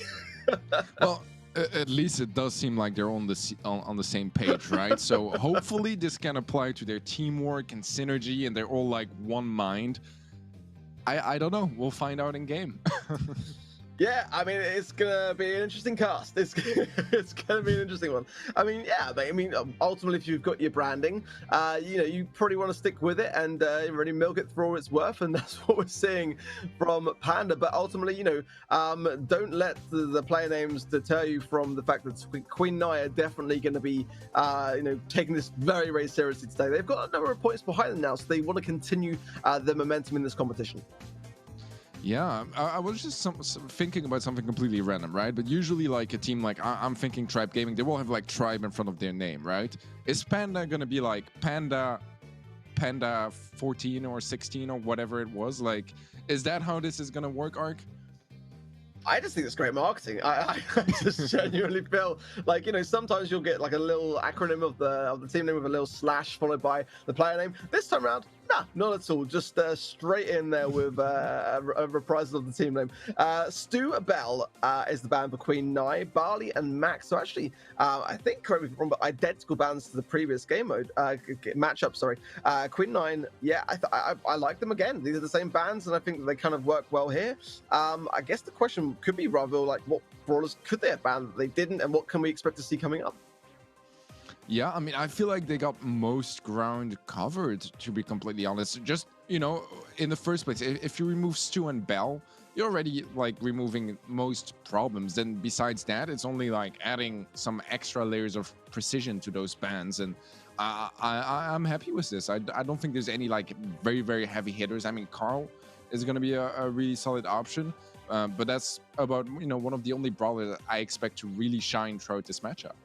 Yeah, I think Carl's a really solid choice actually for both triple for a lot of the walls. He can ricochet the pickaxe off as well in Minecraft Madness, but didn't fare too well for Tom and Tribe in the EMEA region with that particular brawler getting pinched between the minecart. But I think there's some potential here as well, with Barley being a ban for Sprouts to play a role here as well, especially with Triple being a very kind of closed and confined map. So there's still definitely some options on the cards here, I would say. Yeah, I think so too. I mean, Gene, also a brawler. I just thought of probably really solid here as well. I'm expecting to see quite a bit of Gene. Gene, yeah, but no Max, so that will take away a little bit of the effectiveness. But at the same time, still, I mean, let's not discredit Gene for the gem carrier that he is, because ultimately that's going to be a big factor in Minecraft Madness, which we'll definitely see prior to Split. So, yeah. All right, well, guys, I know some of you guys are waiting very specifically for this movement, but we got a bit of a giveaway ahead of us. If you guys type hashtag Bo13 as well as your player tag, within the next 10 minutes, you have a chance at winning 1 out of 15 Underworld bow skins. It's quite a good looking skin, isn't it, Ark? It's one of my favorite bow skins. It really is. Obviously, from the Superstar Make side of things. So, you know, straight from the community to yourselves, again, hashtag Bo13 followed by your player tag, which you can find if you go to the top left of your game screen. It's the hashtag followed by the letters and numbers, but make sure you put BO rather than B0. It's definitely Bo, like the brawler, BO13, and then follow it up with your player hashtag. You have to enter once, but ultimately if you want to enter twice, I think that's fairly acceptable, just to make sure that you haven't made any spelling errors. But yeah, you'll have 10 minutes for 15 skins. And yeah, best of luck to everyone who enters. All right. Well, yeah, you guys got a couple of minutes to do just that. In the meantime, I think we got some gameplay ahead of us. Queen Nai versus Panda, the fourth and final quarterfinal. Kicking off here was a bit of a Gene duel towards the center. Dempsey able to clear out the left lane as well, winning his matchup against Panda 16. Yeah, keep in mind, guys, that all those Panda guys, they have pretty much the same name. So yeah, don't be confused about that. Yeah, I mean, yeah, just gonna have to keep up with us because ultimately, you know, we're gonna be calling it like we see it. I kind of like the comp that Queen Nai are running here. I think B can work out really well, especially in the event that the game goes to overtime. I think that's one brawler in particular will thrive, but ultimately not if you're missing those supers, which we did see Dempsey there not connect with that. But a pull from the Gene will do so to deflate some of this pressure. But ultimately, with all three pandas still alive, there's going to be an opportunity potentially on goal here, but with a takedown there, a chance to move the ball to the side and recollect themselves. Yeah, nice defense from Queen Nai, but honestly, a very nice aggression early on from Panda as well. I mean, you have to remember they were a man down very, very early on, and they did manage to retrieve quite a bit of control. Panda 3 gonna get buffed up by Panda 16 as well, and this is gonna be his chance to just do a little bit of extra damage as well as, you know, a bit of extra HP as well. Definitely a good way to gain a bit of an advantage in your matchup. But look at that push on the left-hand side. Manmeat going for the shot and pull, and it's gonna go in. Queen Nai opening things up with a goal. 45 seconds left on the clock for Panda to react. Yeah, I've got to say, I really like the way that Queen Nai responded on that pressure side of things there, just kind of staying relatively composed and getting the takedowns that they needed as they're doing so and continuing to do so.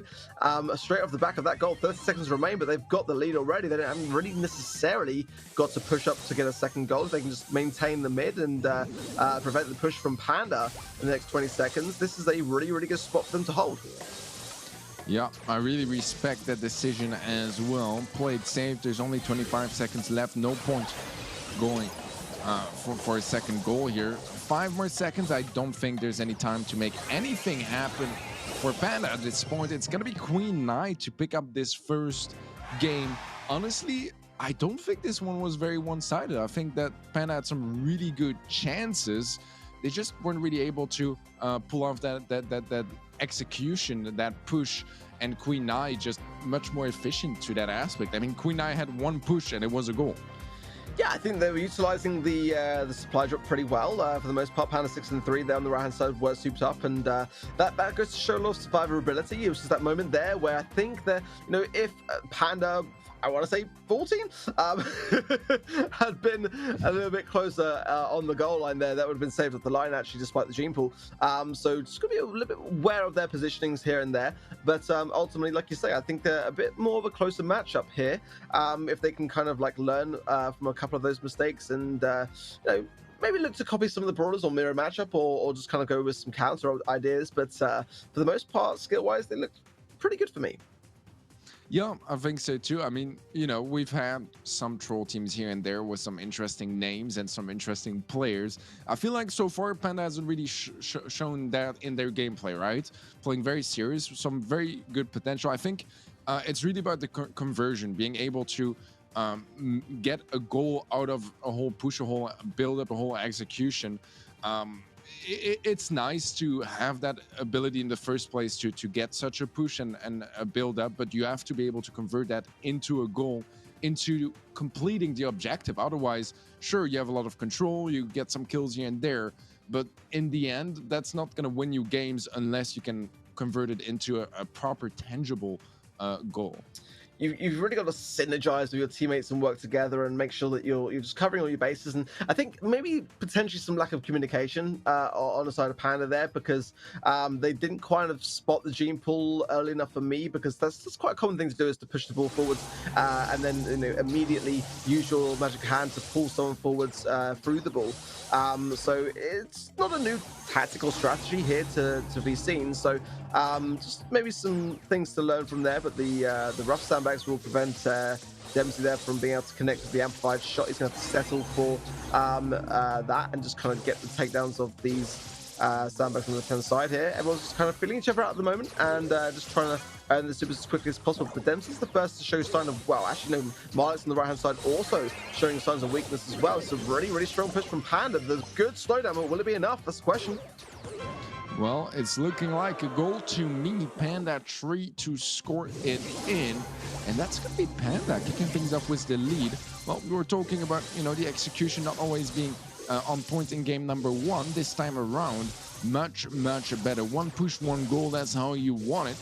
And now we got quite a couple of supers as well available, especially on those genes. Those pools could absolutely open things up, and Menmi is going to be the one to hit his first, but Panda 6 is able to get the trade to keep it on a 2 versus 2. And now it's Dempsey's turn to return some of that honey molasses there for the slowdown.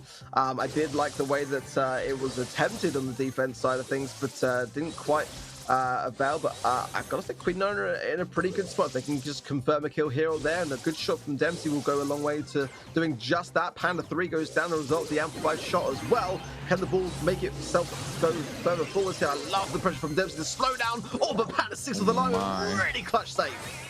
That was so close. Beautiful play from Panda 6 with a very clutch defense. Now, Panda in yet another chance to get some better positioning. I think they want to play this one safe, though. I don't think they are looking to take any risks, as there'll be a bit of a corner ball fail that could leave some opportunities actually to Queen Nine. Nice slow. I think they could have scored on that.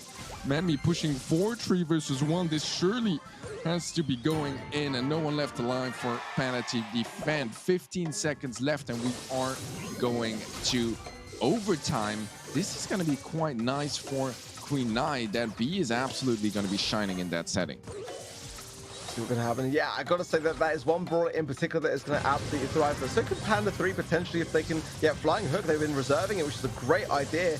Going on Marlex, because ultimately, Menmi will be looking to get the pull here, and that will just draw the attention between the two facing from the top side of the screen. But look at the pressure on Panda 3, and he can't get the ball. The pass through the Dempsey is spot on there from Queen Nine. They will take the first set. Man, that was quite a first set. Probably, I mean, not even probably. This was the closest first set we've had so far today. It was a 2-0 in favor of Queen Nai, but Panda honestly showed us some really decent stuff already in game 1, but in game 2, even better. If this keeps cranking up like that, we might have quite a treat ahead of us, especially for that second set. But we'll have to see how that one goes. Queen Nine does look like the better team so far, but I don't think the difference was that big. I really couldn't agree more. Genuinely, for what is, the 6th seed with Panda going up against the number 2 seed with Queen Nai, it doesn't seem to be all that far apart. So this is, so far for me, the most exciting game of today in terms of how close these two teams are matched, and we might see Panda make a bit more of a comeback. Maybe perhaps the next game it is more catered to their playing style, but they definitely, for what are a team that have made grand finals and monthly finals in the past, they've done really well for themselves so far, despite taking this loss. To have the ability to hold up against the pressure is something you don't often see. Yeah, I completely agree. I'm very impressed so far. I mean, I didn't really know those guys before, and usually when you come in and you give me such a good first impression, I'll be remembering their names for quite a while. We'll have to see though, because in set number 2, they have to play even better, right? They already played well, but it wasn't enough. Queen Nai are one of the teams dominating through this region, and you can't just play well against them. You need to play at your best, and your best has to be, the highest level of gameplay of the region. Yeah, there's a huge amount of pressure that undoubtedly will be building with all teams and players. So they're going to have to really be able to manage that effectively as we go into Minecraft Madness, our second game mode, the map being again Minecraft Madness in this series. So yeah, expect a lot of unpredictability here. Teams are going to have to play a close level of attention to where the minecart is at all times to make sure that they can keep the gems in the pocket and not litter the playing field if they get beaten down by that minecart. 1 minute left, guys, on the raffle. A little reminder for you guys, I see you all in the Twitch chat right now putting down your player tag along with the hashtag for that bow skin. You have 1 minute left to make sure that you submit that. Yeah, if you just tuned in, be quick, guys. Unless you know your player tag by heart, which I'm sure most of you do, go check that up in game. Hashtag bow13, as well as your player tag to be eligible to win 1 out of 15 Underworld bow skins. Getting into set 2 here on Minecart Madness. This is going to be a tough one, to be honest. It is probably the hardest map to play in the game. Just overall, very high skill ceiling. So many factors to keep into account. obviously the minecarts being the main one. How you are able to utilize them is what I think makes the really big difference, because I usually say, you know, the good teams, they play in spite of the minecarts. The best teams, they play with the minecarts, use it as their fourth teammate in a way. And so far it's going to be a bit of an advantage for Queen Nai positioning wise. Getting that first minecart on their side, usually, you know, a good way to kick things off. Well, we're going to see Baron for the first time today, which is kind of interesting because ultimately, normally, Gene would take more of the mid role and Baron more of the lane role, but as a result of no heals for Dempsey, he will go down. That will allow Panda 3, 16, and 6 to push up through the mid. Shutting down the mid lane, I feel, is a pretty decent idea from Panda 3. And just a little shout to the chat, the raffle is now over, guys. So if you've got your tags and stuff, fantastic, good for you, but there'll be no more opportunities now in order to do so. So we're gonna have the chat return to normal. Yeah, return to sanity, please, guys. All right, Queen Nai with a single gem lead might get matched up soon enough, but Dempsey really aggressive, able to pick up a nice kill. Now Panda suddenly is pinched as well. One-on-one trade, but still going to be in the advantage of Queen Nai. Nice pull there right before the minecart comes around, just providing a little bit extra cover from their teammates. And Queen Nai right now, they are running away with the lead. One more gem is all it takes, and it's going to be Menmi to pick it up to get that countdown started. Yeah, I really like what I'm seeing there from Marlex. Just getting some really, really lovely pulls, and the support there is there the whole way through them. But Panda do have a chance here if they can get the pull, but Dempsey with some nice body blocking and some good awareness of range and distance being shown by Queen Nai all round. I love the way they've gone into Minecart Madness and showing signs of awareness of the fact that this is actually kind of a decent opportunity for Panda to turn this around, and they're not letting that happen. They are staying stubborn, and they are making a ton of moments work for themselves, and I really like the comp, I've got to be honest. Yeah, I think that Byron is a really great option. Overall, it's just so annoying to play against, right? Even as a Piper that technically is probably a little better at those 1v1 duels. With the Byron, if you don't have an angle on your opponents, which is going to happen all the time because those minecarts get in the way, you can still find some nice value by healing up your teammates. So it just constantly you're able to do something for your team, be impactful. Whereas on the Piper, if you don't have anyone inside, if there's a minecart in the way, well, you just got to wait and reload, and you lose some valuable time to be helpful for your team. So I think that that's one of the ways the Byron pick really shines here over Piper on this map.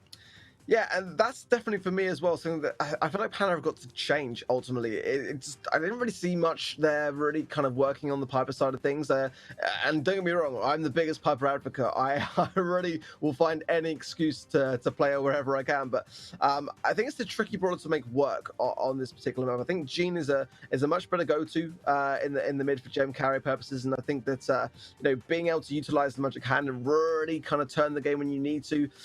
Ultimately, you know, when you're behind, sometimes the game is not necessarily over. If you're able to connect that super, you can really take a game which is going away from you and quite literally bring it towards you.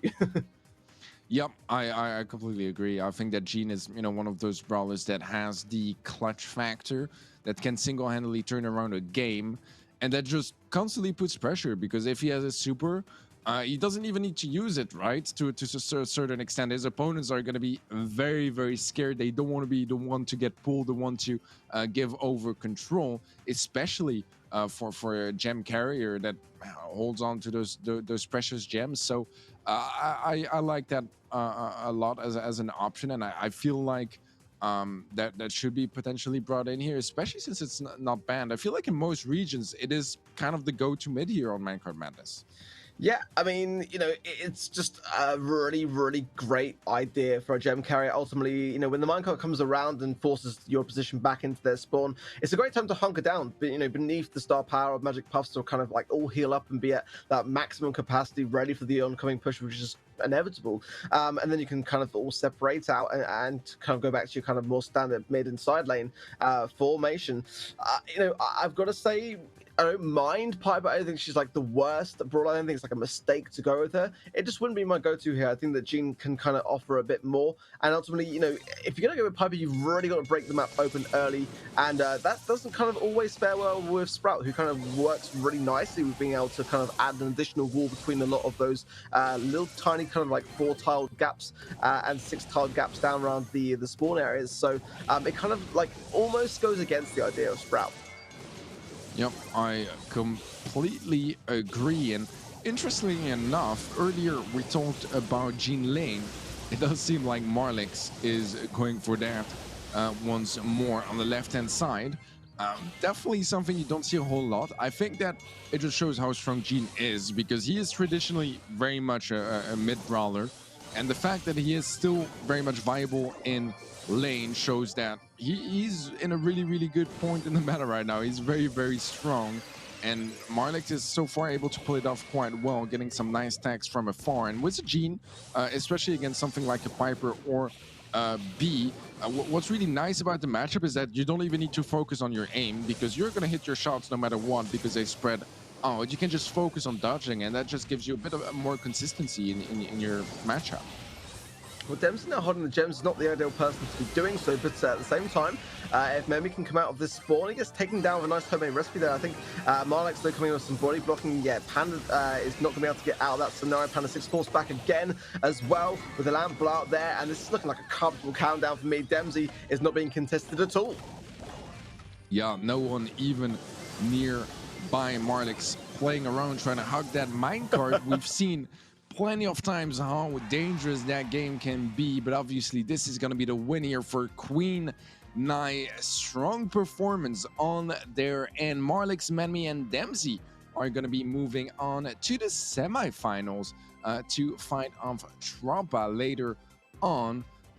I mean, we expected this match to be a lot closer than the other ones. I feel like Brawl Ball gave us that, but Minecart Madness wasn't quite the same. You're pretty one-sided affair, as Queen Nai is gonna reign victorious and move on to the next stage of the competition.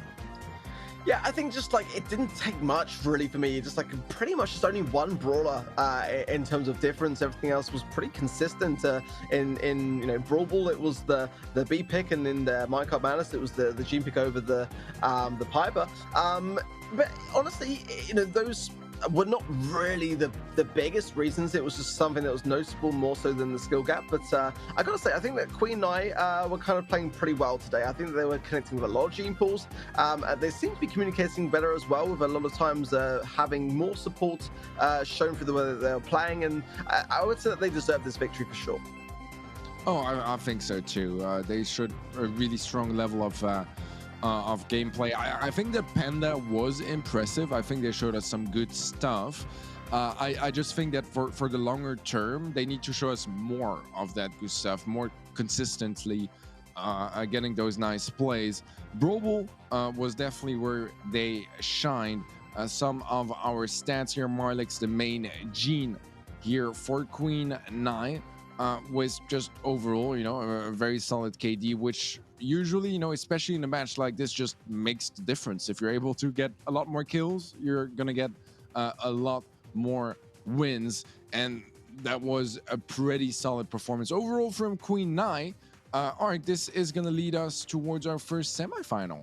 Yeah, that is all the quarterfinals over now, and you know, I really like the way that things are shaping up. We've got some really interesting storylines developing. On one side of the bracket, Queen Nai; on the other side, we've got Jupiter, and again, they're going to be facing off against next with Emperor, their former teammates. So that is going to be one to watch for sure. We're going to take just a quick moment. I'm going to step aside and bring ReddySet back in, but you know, this is a really exciting year. There is so much at stake, and this means the world to the players. Let's go to hear directly from some of them right now as to how much this year means to them.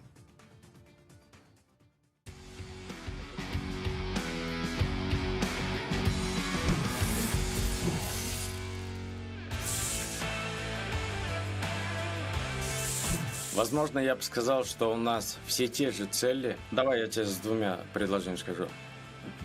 Первая наша цель – это показать, что мы лучшие из нашего региона, отобраться на гранд-финал и показать, что мы там тоже можем достойно представить нашу страну, наш вообще весь регион. The thing that really drives me is trying to make worlds because that's something I've never done. I want to be able to say I've made it and did really well or won it. Did not happen from Tyrant. Bobby, the last member standing, but Toonie coming in to support. Zero trying to get damage, but there's not enough time. That is going to be the win going to STMN. I didn't play the game after like a few months after I won most. After the most season starts and then like we back to competitive, like the drive to win is there again, definitely. That's why I'm here. The thrill you get when you're playing on stage and you're playing in a really important match, it's also definitely something that keeps me playing and keeps me motivated because I want to get these wins. Sven on his own here as Curse fast approaching. Whitey jumping in for pressure. This could be it. This could be it. Dragons go down. Curse with the goal. I think the community in the pro scene is really cool. Most of the players are players that have been playing the game for a really long time, and a lot of us have been on the same team before. Now we're facing each other. But at the end of the day, everyone's friends. Everyone knows each other really, really well. And it's just constant competitiveness between each other, people that you face all the time. I think it's a little different because of that. And like everybody's like amazing, like we're very bonded as one, as a huge community together. We have huge like amazing viewers on like YouTube, Twitch and everything. Everyone is super friendly to each other. Even across teams, everyone know each other really well. The kill, 5 seconds left, BEK, low HP. Oh my god, the ball is on the line. Но мы надеемся, что гранд-финал 2021 года будет грандиозным, и мы сможем стать его частью. Вот это самые большие такие вещи, которые мне нравятся. Побывать там, вот всю эту атмосферу прочувствовать. I enjoy the friends and the fan base and all the support. I enjoy interacting with them and talking with them on a daily basis, and just, you know, everything put together. It's just, it leads to a lot of drive and motivation. My goodness, incredible play there. Wow, where did that come from?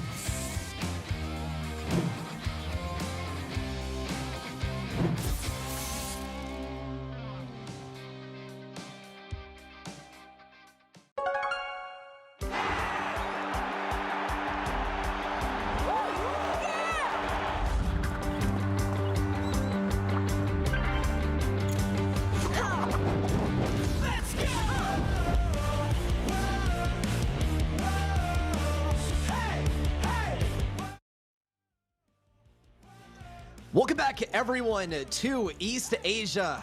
It's so great to be back. And Teddie, it's great to join you finally. ReddySet finally being realized on the Brawl Stars Esports live stream. Yeah, I think the community was requesting that for quite a while at this point. We got a lot of fans for this ship, right?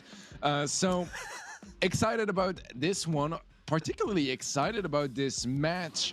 Jupiter versus Emperor, quite a bit of history between those teams, some ex-teammates in the past. Always a lot of fun to see them battling out and see, you know, who improved the most, who is still at the top in the region so far.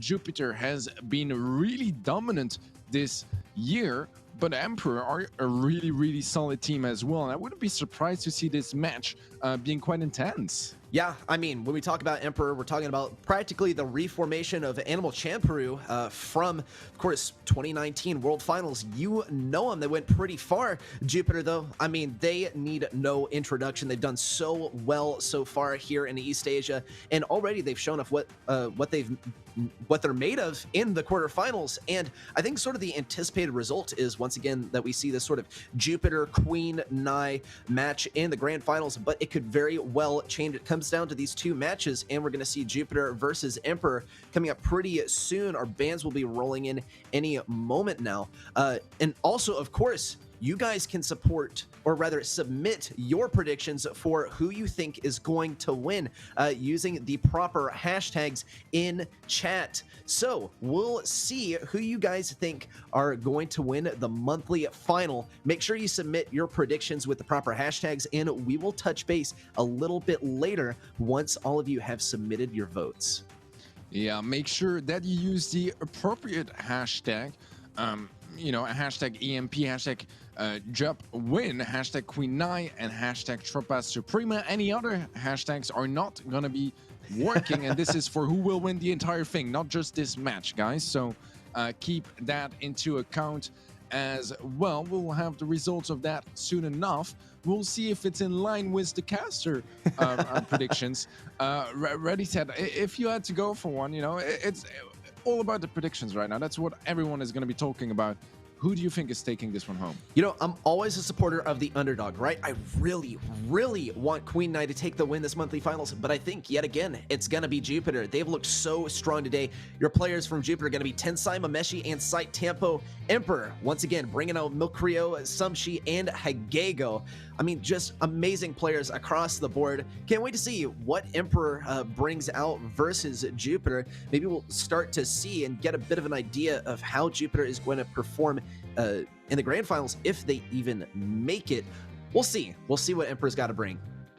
Well, you like supporting the underdogs. Myself, I like having correct predictions. So, yeah, I'm going to go for Jupiter as well. They've been looking really strong throughout this season. Our maps and modes, guys: Safe Zone for Highs, Canal Grande in Bounty, Ring of Fire for a Hot Zone, and the rest we will find out at a later point as we get a bit of a map fly-through for Safe Zone. Beautiful map overall, favoring some of those longer range matchups. Once in a while you see some throwers as well. Colette also very dominant over here, just because you can get some pretty solid damage from afar from a safe point, and combining that with the shield star power, it's just a great way to stay alive. All right, our bans as well: Stu and Bell for Jupiter, pretty classic over there, and then Max and Sprout on Emperor. What do you think about those bans, Reddy?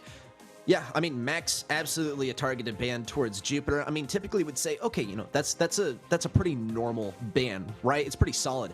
But I mean, one of the players from Jupiter like holds a max world record for like getting max to like 2K, being one of the first people to get a 2K brawler as far as, you know, ladder and trophy road. So I think that is perhaps the reason we see the max ban. Also, Sprout coming out as well. We'll see that come into play more on Canal Grand and Ring of Fire. Stu and Bell, though, I mean, classic bans, though I didn't expect we'd see Jupiter banning them. Yeah, I mean, you know, I kind of like the favorite team going for those bans. I'll explain that later, as you guys have predicted Jupiter to win this monthly final. Second would be Emperor. Queen Nai not far behind. But Tropa and Suprema, doesn't seem like you guys are trusting their ability to win this one just yet, but maybe they'll prove us wrong in the second semifinal. This one here, Jupiter versus Emperor, once again, ready to start as we get into Safe Zone. Yep, and our brawlers coming out from Jupiter, surprisingly, they're going to be running the base race strategy. The Edward coming out from Mameshi, and of course, the BB with the shield from Site Tampo.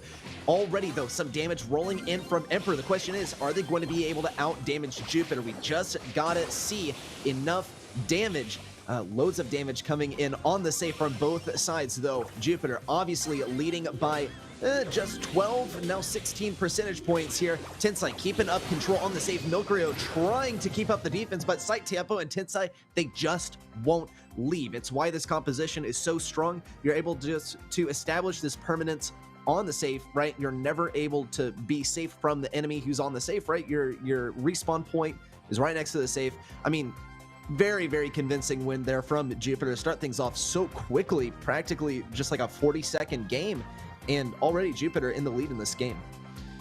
That was very interesting. I don't think I've seen that happen before, to be completely honest, going for such an all-in comp here. I don't know if this is region specific or if you've seen that in other regions or in North America, but it's pretty new to me. I actually really enjoyed Hagego's strategy on the Brock. Just, you know, usually you go for the rocket fuel, instead he went for the jump, and I love how he was just like moving around and jumping over the water when someone would try to get him out of position. Unfortunately for him, the base rush was successful for Jupiter, but I think that was really interesting, and if applied properly could really work out. I think the problem here was the defense from Emperor in the 2 versus 3. They were just not able to deal with all that aggression coming in from Jupiter, and specifically all the heals coming through from that Poco. Yeah, I mean, it's no secret that Brock is like my favorite brawler, and as a result, Safe Zone is one of my favorite maps because, I mean, you used to just be able to push on Safe Zone like crazy. I would specifically wait for it to come in rotation so that I could play Brock on this map. Just so glorious. But he has fallen from grace quite a bit since then. And I mean, you're not going to be able to face up against this really tanky comp. We've seen it before in NA, right? I'm surprised we haven't seen it before in EU, but I mean, the Poco and the BB and the Edgar, right? It's just a complete base race comp. Typically, I've seen it on Hot Potato, but now with Safe Zone coming into the competitive map pool, I think we could see it just a little bit more here. But I mean, you know, game number 1, Jupiter, they've established the pace of the match, right? They're pulling out this first win. You know, they're kind of getting their first win as well. And now Emperor is going to be playing on their terms for the remainder of the set. And they're going to have to question, right? Is Jupiter going to come out with this crazy comp, or are we going to play something a little bit more traditional? And, you know, that's what the whole counter comp introduces into this game, is just the whole worry of, man, what on earth is my opponent going to run? I have no idea if I need to go for a counter to their counter. Yeah, and I think the Crow pick here on Mameshi is really smart and kind of something that Emperor could really have used earlier, because that anti-heal is going to really help against those Pokos and Byrons. But also just overall, Crow is really strong. I'm not sure if he meant to jump there. I'm guessing so, because, you know, otherwise he would have gone down. So jumping back to safety is going to be healing up on the right side, but it's going to take a little while for him to get back into that fight, as so far Jupiter have a little more control. They are behind by 5% damage-wise, but that should be changing around as Side Tempo is able to pick up a nice kill and get a couple of shots on that red safe.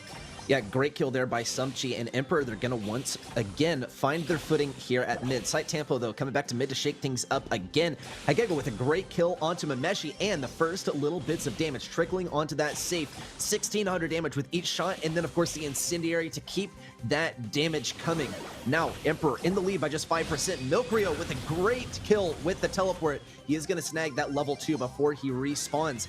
And Site Tempo now finding this opportunity to push up on the left lane. Milk Rio, though, he's ready, and he's speedy now with this level 2. Site Tempo gonna have to face off against him, and Milk Rio, really his only defense is going to be just juking out these shots in a scenario where he's significantly outranged. Sumchi goes down, and Jupiter once again finds their footing, though they only have a 1% lead, and there's 40 seconds left in the game. I think there's a pretty good chance that this fight stays here at mid, but if it ever moves beyond mid, it's gonna be a complete change of pace of the match. It's gonna be an advantage for one person or the other. Hagego now getting a little bit of damage on that safe, and Emperor in the lead. Yeah, nice super from Side Tempo, clearing up that middle area. Milk Rio quite low HP as well. Nice dash onto Mameshi, able to pick up that kill, but so far it is still Emperor with a 5% lead. Side Tempo really wants to connect some shots. He is going to get healed up, which is going to keep him alive, but is that going to be enough? They are able to make it work, and that is going to be Jupiter clutching up in this one to secure that first set. I think that was like a supreme clutch up there from Site Tempo. I mean, did you see his dodges, man? He was like 2-tap for so long, and they just couldn't touch him. He was too good at juking. And, I mean, I think that was pretty much the key to success there. I would have loved to have seen how that set turned out had that not happened. But one thing is for certain, Jupiter, they are going to be taking this win in set number 1 in spectacular fashion, though it did get quite closer at the end. Emperor really showing what sort of stuff they're made of in game number 2 as it got significantly closer. But here comes Site Tempo. He has that super ready to go to start and get a little bit of momentum for Jupiter and close things out in game number 2. Man, I think that was absolutely beautiful from Jupiter. Obviously, Side Tempo was a great individual performance, but I also want to point out that he got healed up literally like on the frame where he took damage, and that would have taken it, like it saved his life in that scenario and possibly the game. So beautiful team play as well. And that's, you know, what makes the difference at this level of play is, sure, having some individual plays or some nice teamwork is nice. Having both combined is, you know, what truly makes the difference. So Jupiter looking strong so far. I would say an even more convincing performance than I expected out of Safe Zone. Really solid play overall. Canal Grande is gonna be up next. I think that you guys know this map pretty well at this point. I've been in a competitive map pool for a while in the bounty category. Obviously, you know, a huge canal in the center of the map, splitting the map to kind of 2 lanes with a very small middle area in the middle, a little bit of a bridge, right? Which can lead to some very intense fights over there. And obviously, middle control super important on this map because it's pretty much the only place where you have some sort of cover, a lot of bushes as well, and it's really hard to retake once you take it. I think those middle control fights are going to be really important in this one. Yeah, mid control, you absolutely got to get it off the beginning of this map. We do see the rocket fuel coming in from Emperor. It's Sumchi who's going to be running the Brock, and he's got that rocket fuel rather than the rocket jump coming out this time. Very long-range comp from Emperor. An equally long-range comp, at least on 2 brawlers from Jupiter. They do have Mameshi over here on the Gene, probably to act as a thrower counter, though he's not on the optimal lane. He's facing off against 2 brawlers that completely outrange him, but that doesn't seem to phase him. Tensai gets some great control. He denies that choke point on the right side, and Mameshi's able to pick up that kill. Jupiter now in the lead, and with mid control, they're in such a great spot right now, but there's a lot of time still remaining in the match. A great pull there from Mameshi to once again establish that Jupiter is in charge here. Emperor, they're all the way pushed back to their spawn, and Tensai continues to lock down control on this choke point.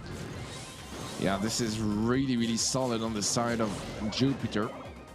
And Emperor, they need to wake up. They need to really get started here in this game because so far they've picked up 1 kill and that's about it. Agego was a nice last hurrah, but Melgrio is in danger. Nice gadget to get himself out of that sticky situation, but man, there's a lot of catching up to be done there by Emperor. Yeah, I think so too. I've been just watching Mameshi this whole time. He's juking out his enemies. Okay, of course he takes damage there. Okay, caster curse, right? But look at the jukes he's managing to pull off. He's just untouchable at some points. He was one tap for a while and is just going left, right, and just threads the needle between 2 crucial shots. A great block on the pull there. Surprised that Mameshi was not able to get that honeypot there from B. But regardless, Jupiter maintaining this lead. The pins coming out as well from Jupiter. I mean, you gotta break their spirit as well, I guess, to give yourself the edge in this game. 3rd game win in a row for Jupiter, and as Teddie would say, it's looking quite convincing for Jupiter. I mean, you know, Emperor, they had a lot of catching up to do. They just weren't able to do it. They managed to, you know, get a few stars here and there, but they're pushed so far back by that tick that I do predict will have something to account for Tensai on the tick in our upcoming game. Otherwise, Emperor is going to be handing yet another set to Jupiter. Yeah, Jupiter looking super strong so far. Honestly, I feel like they haven't quite been challenged all that much, especially in that bounty game. They could just kind of do whatever, you know. They took early middle control, they were able to win that initial fight, and after that, it was just a situation that Emperor could not recover from. They were never really able to take back that center control and try to build up some sort of positional advantage. And from there on, Jupiter were just rolling, getting kills left and right. Piper popping off the Gene as well. And overall, just having a very strong positioning, leading to them just rolling over their opponents. Emperor, they need to really act on that, focus on that center control, and try to have some positioning to work with, because otherwise you're always stuck in your spawn. Those stroke points in your spawn are very small as well. It's just very narrow areas where you can get out of that position, and you'll be taking a lot of damage before you can even start shooting at your opponents. Yeah, I think a bit of a change of pace could work towards their advantage, as well as like a comp change as well, because, you know, I think it's pretty evident, wow, and what a comp change this was from Jupiter, comp change from Emperor as well. I think, you know, it's pretty evident. We were watching Mameshi, and he was just untouchable by 2 different brawlers that significantly outranged him, and yet he still does manage to get kills. He only get 1 pull, right? So playing Gene isn't what, you know, was making that interaction successful for him. It was just his mechanics, right? And I think that's going to be the key for Emperor to take this one, is they're just going to have a better team composition rather than having better mechanics, because, you know, there's only so much you can do at this point to improve your skills in the game, right? You can't just improve within the match. It takes lots and lots of practice. Wow, a great bubble there from Site Tempo. Jupiter, they're going to be maintaining this lead. A great pull as well on Hagego, or rather, yes, on Hagego. And that is going to be Jupiter maintaining this lead. 5 stars and the blue star to their name, though Milkrio is finally going to be making a bit of a push here from the right side. Unfriendly bushes and the super coming in. Is he going to be able to find much value? Well, so far, not really, but Emperor do have some better control. Milkrio is gonna get pulled, or that's gonna be yet another kill on Site Tempo. He's almost maxed out on stars, by the way, 1 away.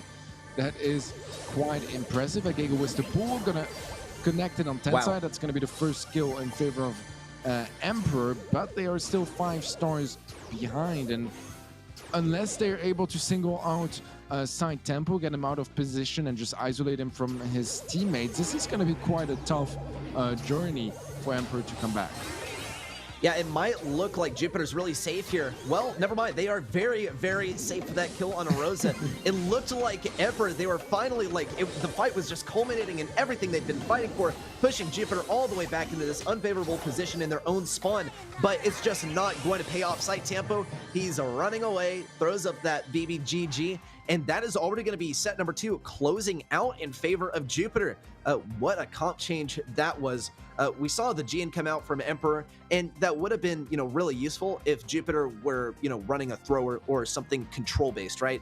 But they are not going to be letting any of their their allied brawlers go down. Lots of health on their allies, and of course, the Poco there to support. It's just not going to be that great of a day for Gene. I think great comp change from Jupiter. Emperor, though, they were not quite able to keep up to speed. I mean, take a look at this recap of game number 1. It's looking, pretty in Jupiter's favor the entire time, I'm not going to lie. Yeah, I think that was, the correct way of explaining that. I want to point out this play here. Site Tempo had a bubble for so long. Most players are going to be using that bubble as soon as possible to try to, capitalize on that situation. I love how he just took the patience to get the perfect angle to maximize his chance of picking up that kill, getting a nice double bounce. And towards the end, really liked as well how everyone was just body blocking for the BB too, because she was holding on to the most stars and just wanted to make sure that she would not get pulled, she would not get caught off guard, and there would be no chance for Emperor to come back with that star lead that Jupiter built up. Now, that's 2 sets behind us, 2 sets going the way of Jupiter. We're heading towards set 3, our potential final set if this pattern keeps occurring in favor of Jupiter. As we move on to Ring of Fire for a hot zone, quite an open map, maybe a different setting that could be better for Emperor. I'm not so sure just yet. I mean, they did play quite a couple of longer range brawlers so far, so maybe this is what they want, maybe not, but no matter what, this is where they need to start that comeback, because otherwise it's going to be the end of the journey for this month.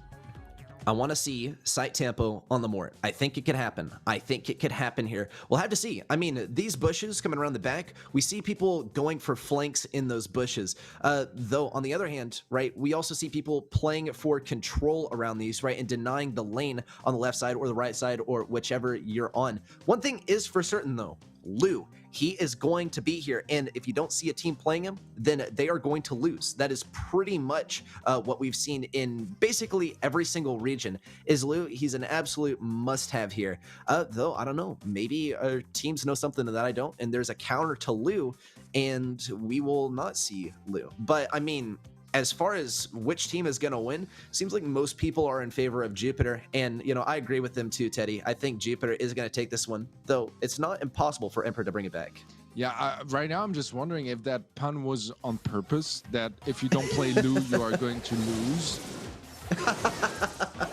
It wasn't, but you know what? I could have very easily said, yeah, it was on purpose, and I was just very deadpan about it. Okay, I thought you were a good caster for a second, but moving aside from that, let's give a bit of a look here at our third set between Jupiter and Emperor.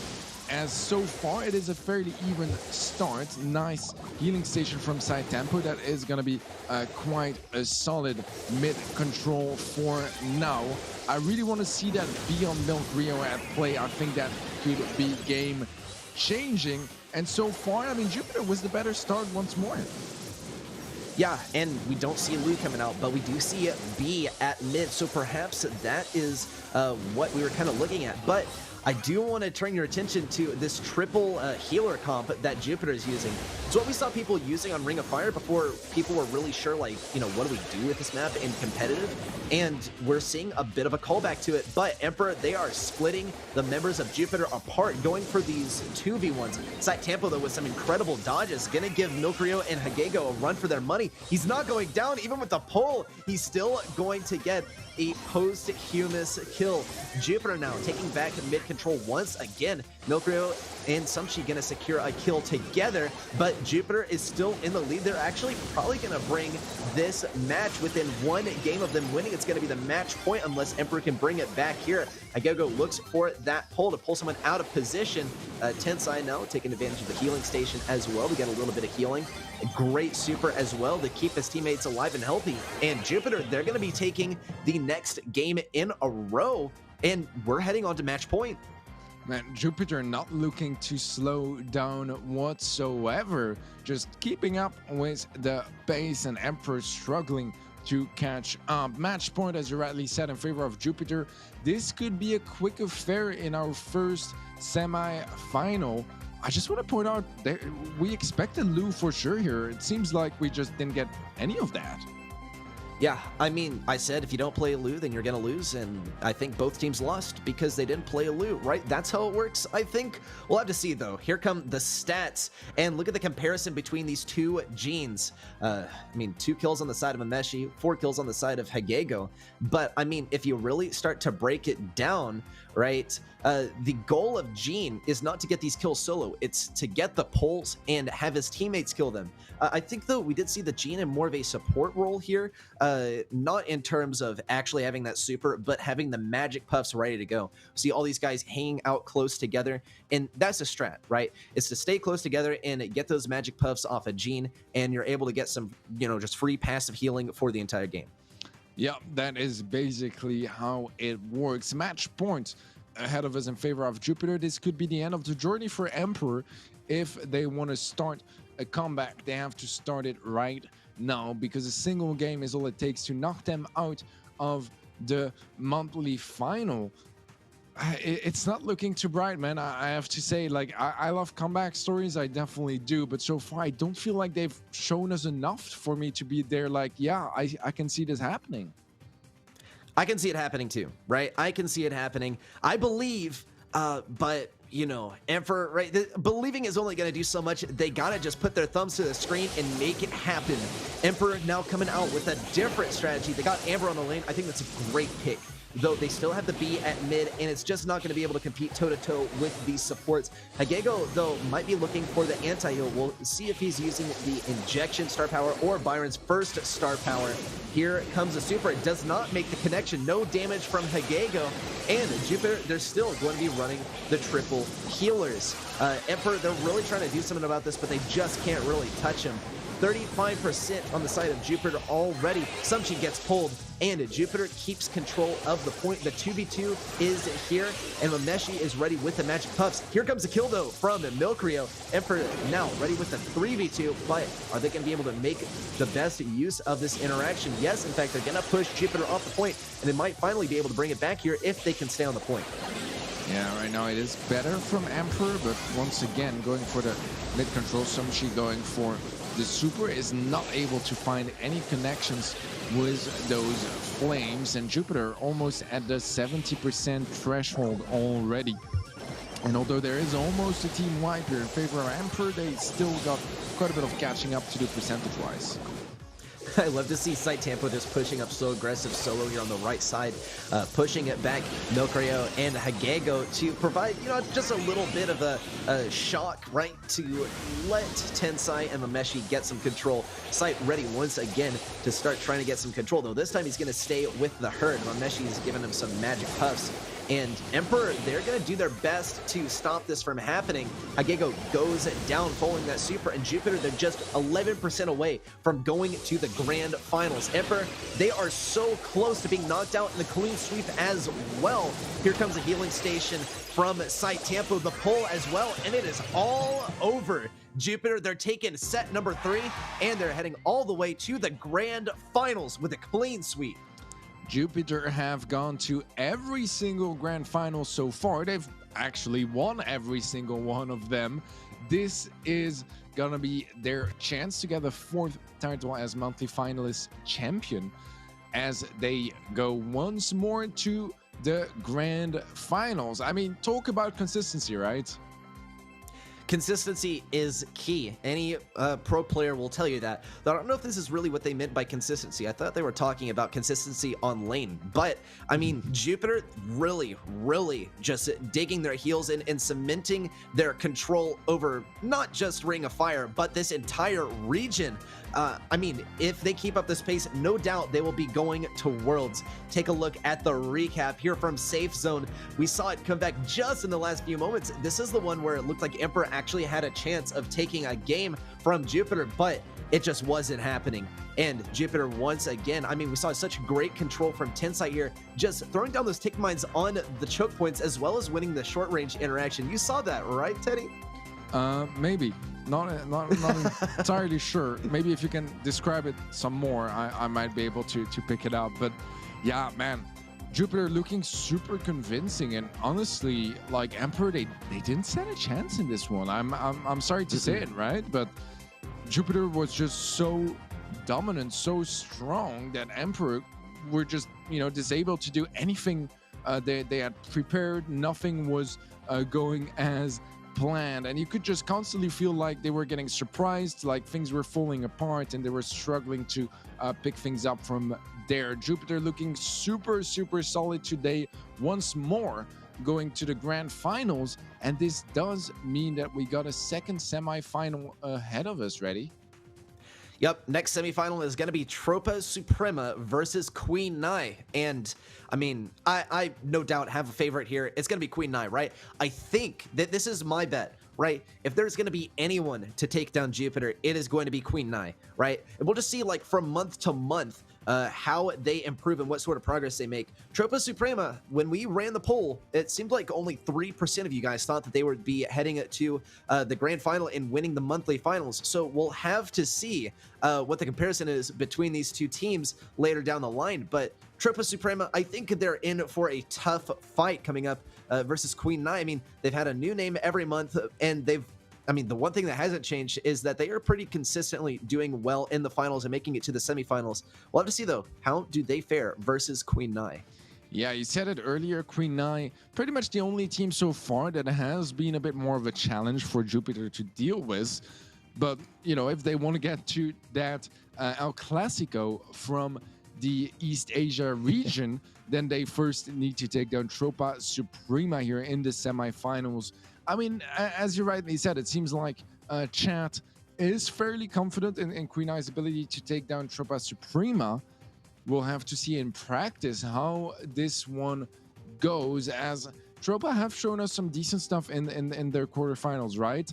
But the quarterfinals, usually there's a bit of a more wide skill gap between the teams, as there are more teams at play, and I'm curious to see how they play once they start being under pressure, when it starts being the opposing team that is the favorite and that is performing better. Yeah, and I mean, the pressure's cranking up, but look at our maps and modes for our upcoming semifinal match. We're starting things off on Super Stadium. I love this map because you get a nice, you know, kind of open mid, right? It's possible for you to use mid-range brawlers, but long-range brawlers, you know, start to make their debut here as well. Those side lanes, they have bushes that are so great for using some short-range brawlers as well as mid-range brawlers. You get a nice mix of things on this map. I know a lot of people love Backyard Bowl, right? And I used to say Backyard Bowl was my favorite, but I think I've converted. Right? I think Super Stadium is not my favorite. Teddie, you definitely had a hand in that. We got our bands coming up as well. All right, Stu and Bell on the side of Tropa Supremo. Queen Nai going for the Barley and Stew band. So double stu ban. I think it's our first double ban of the day, which is quite impressive since, you know, we're in our second to last match of this region. I think it makes a lot of sense, right? Stu is just that good right now. I think that overall Stu is just better than Bell because it's a bit more versatile. And then Barty, of course, really decent brawler at the moment as well. It seems like chat is pretty convinced about Queen Nai's ability to make it to the grand finals once more. That was a pretty one-sided poll, but look at that, some aggression early on the side of Queen Nai, able to get a nice double kill, giving them still the man advantage, but Mo is still up and alive to defend here and slow things down a little bit. Yep, and the mirror match as well, I gotta point out. And another thing, we finally see the Gene and Max for the first time this evening. We get to see this dynamic duo. Both Genes have that pole ready to go, but what we're really waiting for is the Max super. Here comes the speed from Mole. Gonna look for a little bit of damage for that next super to pop it off as soon as possible. Here comes a kill on a Dempsey. Marlek's gonna look for the defense, but he does get pulled and pushed away, and the lamp blowout coming as well. That is gonna send Mole packing, and Queen Nai once again are gonna push up to mid. No supers with the exception of Dempsey. He is gonna give that speed to Menmi, who immediately finds that super. A great pull on a Ryoki, and Queen Nai are gonna be able to push up here. Tropa Suprema trying to get that defense as well as possible. Marlex with looks like an attempted pass towards the left side, which could have resulted in a goal, since we did see that path to the goal open up just a little bit following the pass into the obstacle. Though Tropa Suprema once again pushing up now at a 3v2. Yeah, this is a good situation for damn nice pull though from Menmi, able to defuse the situation just a little bit for now, and actually now a push coming through with a nice movement speed popped. Another kill. Menmi going for the pass. Dempsey can't quite score this one in, but at least, you know, they got out of that defensive position they were in earlier, and we are in a bit of a stalemate as overtime is getting closer and closer. Yet another pull from Menmi. I don't even have any time to pass it on to you, Reddy. It's just so much is happening. It goes back and forth, but it's not exchanging mid-control, right? It's exchanging attempts to put this one in the goal. Ryoi's gonna get the speed and the super, looks for the kill on Menmi, does get the kill on Menmi, and the 2v1 here at the goal. Aaron walking it in. Tropa Suprema, they're gonna manage to take game number 1 from Queen Nai, who looks like most people were actually thinking we're going to dominate this one. It was only 17% that were in favor of Tropa Suprema here, but they have managed to not just match, but a little bit outdo the skill level of Queen Nai on this mirror matchup. I mean, if there's any clear indication of, you know, mechanics, it's going to be here in the mirror match. I think well played by both teams. Queen Nai, they definitely came close a few times, but the times that they were really close, it was really just off of a very risky and aggressive play, I believe. Definitely a big blunder there with the pass into the obstacle that could have resulted in the goal earlier on in the game. But look at this combo. I mean, the speed on a Ryoki, and then just this great near team kill as well from Tropa Suprema, clearly in their control. Reddy, I just want to point out that out of our first 5 matches of the day, every time the losing team didn't get a single game going their way, this could be the first match here where that could actually happen. I'm not saying Tropa Suprema is going to lose this one, but I think we have a match that could be a lot closer than our previous ones so far, as Tropa Suprema is quite an underdog, and they are picking up game number 1, which is giving us a bit of a tone of how intense this one is going to be. Yeah, I mean, I agree with you, right? It's just been every single match, right? It wasn't a match. It was like a complete steamroll by one side, right? Just a complete blowout. But this time, yes, we got a match. Tropa Suprema really trying to establish the rhyme and rhythm of things. We talk a lot about momentum as well. Pro players will tell you that momentum is absolutely key. And winning this first game does have a hand in how your enemy performs and how you perform in your subsequent games, right? Do you try and play as a team? Do you rely on the teamwork, or do you try and strike out as a lone wolf and go for just 1v1s that end up turning into 1v2s that are not favoring you? Tropa Suprema already trying to get this defense, but we see the comp switch up from Queen Nai. It's gonna be the Sandy coming out this time, and we see all reliable Gene, Max, and Sandy, the comp of last month, Teddie. Yeah, that used to be the golden trio for Brawl Stars. Right now, a little bit less, as Sandy specifically did get nerfed. But look at that, a push from Queen Nai. This is going to be really hard to start. Only Molt left alive, and there's not enough damage in the world that will diffuse that situation. Queen Nai was the first goal. I think they're mad about that previous game going the way of Tropa Suprema. They're looking to make this one as convincing as it gets. What a beautiful play coming through here from Queen Nai.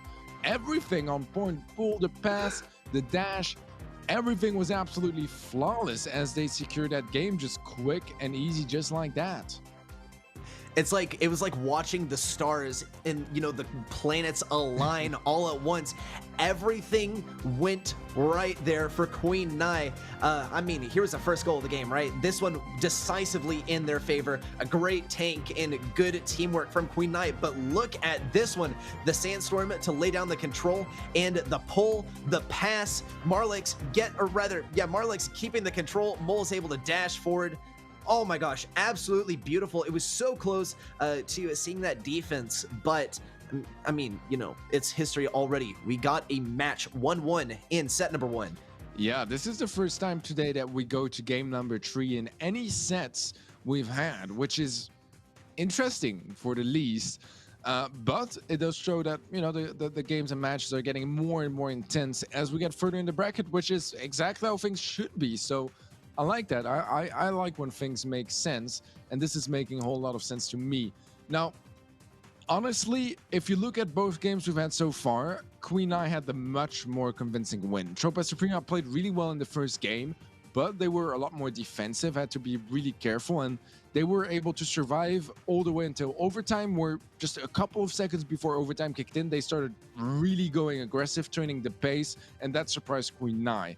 That is the kind of surprise that is not going to be working twice. So from what we've seen so far, this is looking like still a pretty good set for Queen Nai. But Tropa Suprema, maybe they can surprise them in another way and turn things around once more. Yeah, I mean, I think the Sandy was a good switch up, and I don't know if we'll see it going into our next game, but I think, you know, that really did turn the tide of things. We saw that Sandstorm and Tropa Suprema, they were not really ready for not being able to see their enemy. We do see Queen Nai once again bringing out this comp, and Marlix actually goes for the Gadget. Doesn't get it. Dimsy with the attempt to pass it in there. Might have been able to get it with a dash. Aaron was ready with that pull, and he's going to hold on to that pull. Ryohi also ready with the super. No speed yet. Here comes Max once again in the slow from Ryohi. Does manage to get that kill on the Marlix. A great pull as well. Memi not going to be able to defend this ball, and a decisive goal for Tropa Suprema within the first 30 seconds of the game. Kind of looking like a Queen Nai sort of pace from what we saw from game number 2, but already the pull, and here comes the control with the Sandstorm. Ryohi looks for some damage, does manage to get a kill, and what was almost a complete decisive offense from Queen Nai now looks like a Tropa Suprema offense. Oh no! What a colossal mistake! I mean, to be fair, there was a gene pull coming, right? It was a kick and pull, so if he didn't dash, he would have gotten pulled, most likely. Thing is, no matter what, dashing would not have worked, you know what I mean? Like, this, I don't think there was any way out of there, to be completely honest, because if he didn't dash, he would have gotten pulled, and if he dashed, the ball would just roll in, which did look very silly, but I think there was no way around it. I mean, we'll see it in the replays, but I think there was nothing he could have done in that situation. That's true. I mean, you know, I think he could have stayed at the goal line, right? Been able to, you know, grab it, of course, with the absence of the gene pull. But I mean, just watching that alone, it, you know, it really hurt me. It really hurt me inside. man, that stinks. But, you know, under pressure, right? Anything can happen. You start to lose your cool a little bit. And even though that wasn't necessarily forced by Tropa Suprema, or, you know, you could argue that it was a forced happenstance by Tropa Suprema. They put Dimsy in a really tough situation.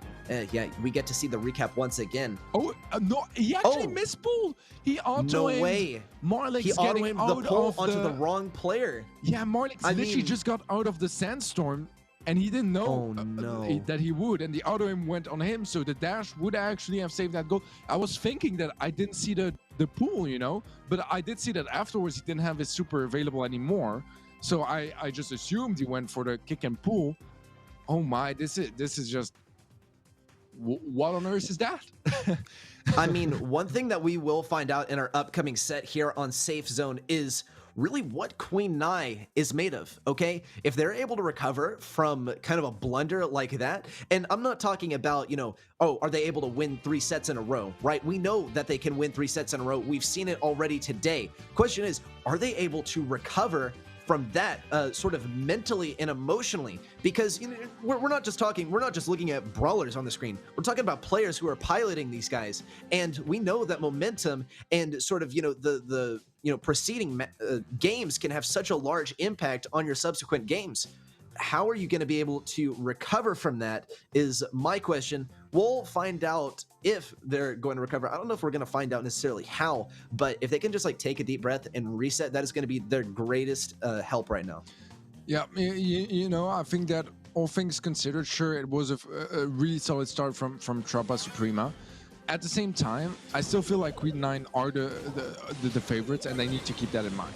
They need to remember that, you know, they are the ones coming in as the favorites and try to go from there, regain some confidence, and once it pays off in game, just see what's next. So far though, they have better starts. Ryohei is gonna fall, but Dempsey is actually gonna get traded out as well. So 2-on-2 scenario, a bit more center control in favor of Queen 9. That's gonna be the first shot from Marlix to connect on the blue safe. I love seeing the map open up like this, right? Both teams, they just want a clean sharpshooter match. Tropa Suprema, they're going to find exactly what they were looking for. Mole already getting some great hits on that safe. He's also powered up Rio. He's going to be pushing up on the right side. We see the lane switch up. Marlik's now switching a little bit more over to the left, or sort of a mid situation. Dempsey, though, looking for that overgrowth on the right side, looking for some long-range hits and some big explosions. Aaron looking for that kill. He's not going to find it on Dimsy. Dimsy with a great hedge is going to find that, and you can also see he's running the second gadget. Is he? We saw that hedge go down pretty quickly, so I assume he broke it down and is actually using the second gadget. Here comes the hedge as well to block off the mid lane and sort of funnel things over to the right, and it's going to work out beautifully. Marlix and Minmi going for some kills over here. When you're able to just create these choke points with Sprout, it's such a great ally, or, you know, such a great benefit to your teammates. Yeah, there's a 1% damage difference, but Mommy is gonna go for the jump. It actually doesn't deal any damage. He's on enemy territory going for a wide flank. I feel like he could have just gone for damage from here, to be completely honest. But he's able to pick up 2 nice kills, maybe even the triple, as Aaron is gonna be solo HP, and now Queen Nai take back the lead, as they are leading by 16%. Aaron gonna get sniped off as soon as he lands off his super man-me with yet another kill. Ryohei solo HP as well. This is looking very good for Queen Nai to pick up the first game. Yep, Queen Nai, they're coming back strong. It was looking good from Tropa Suprema towards the beginning, but I mean, Queen Nai, once things were opened up, they were able to prove that, you know, that this isn't just, you know, Brock wanting to open things up from Tropa Suprema, right? It wasn't just a Brock story. It was, you know, the homemade recipe as well. When it comes to the long-range duelist, Piper, she's always going to be the best, pretty much, right? She outdoes B in that regard. She outdoes Bell in that regard as well. And you face her up against Brock, it's going to be the same exact thing. I think this is great play by Dempsey on the right lane to get that sort of get that hedge out right and protect himself versus Aaron.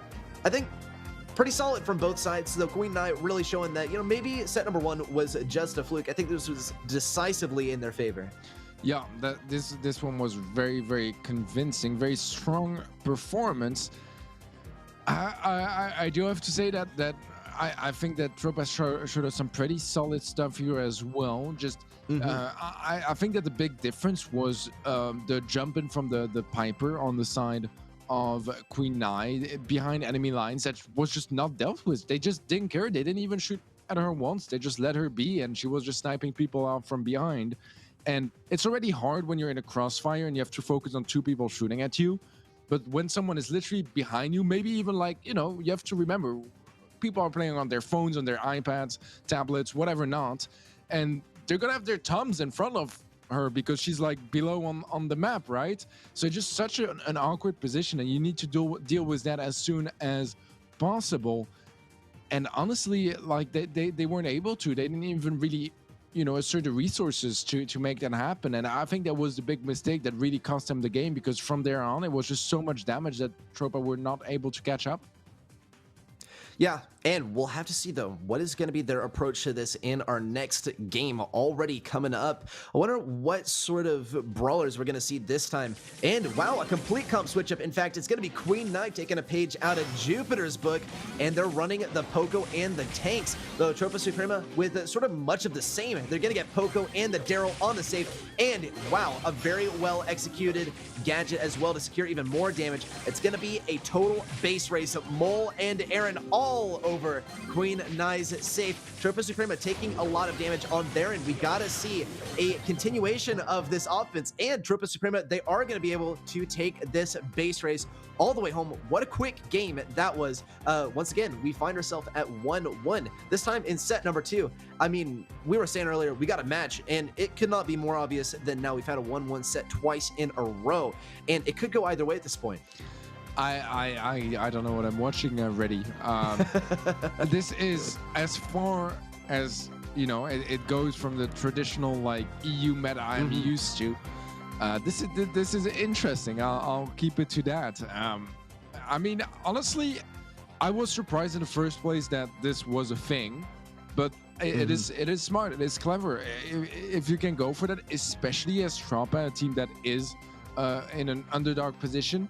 You want to go for it. You want to try to surprise your opponents, go for those riskier comps that sure might get a hard counter, but they could, you know, find hard counters themselves and get into that nice natural position. And they definitely made that work just fine out of nowhere. I mean, you know, it took them 20 seconds to tie things up in the set, and now suddenly they could double down on that lead and go 2-0. Now we have the same comps on both sides. Mirror matchup this time around. Queen Nai was a bit of a better start, but actually Dempsey's low HP. Mole was a bit of an interesting moment here, but look at that nice kill. That's going to be in favor of Tropa Suprema as they try to deal as much damage as they can in this situation. But look at that, Manny is just dealing so much damage. They might be able to catch up here, Queen Nai. Actually, it's a pretty close affair.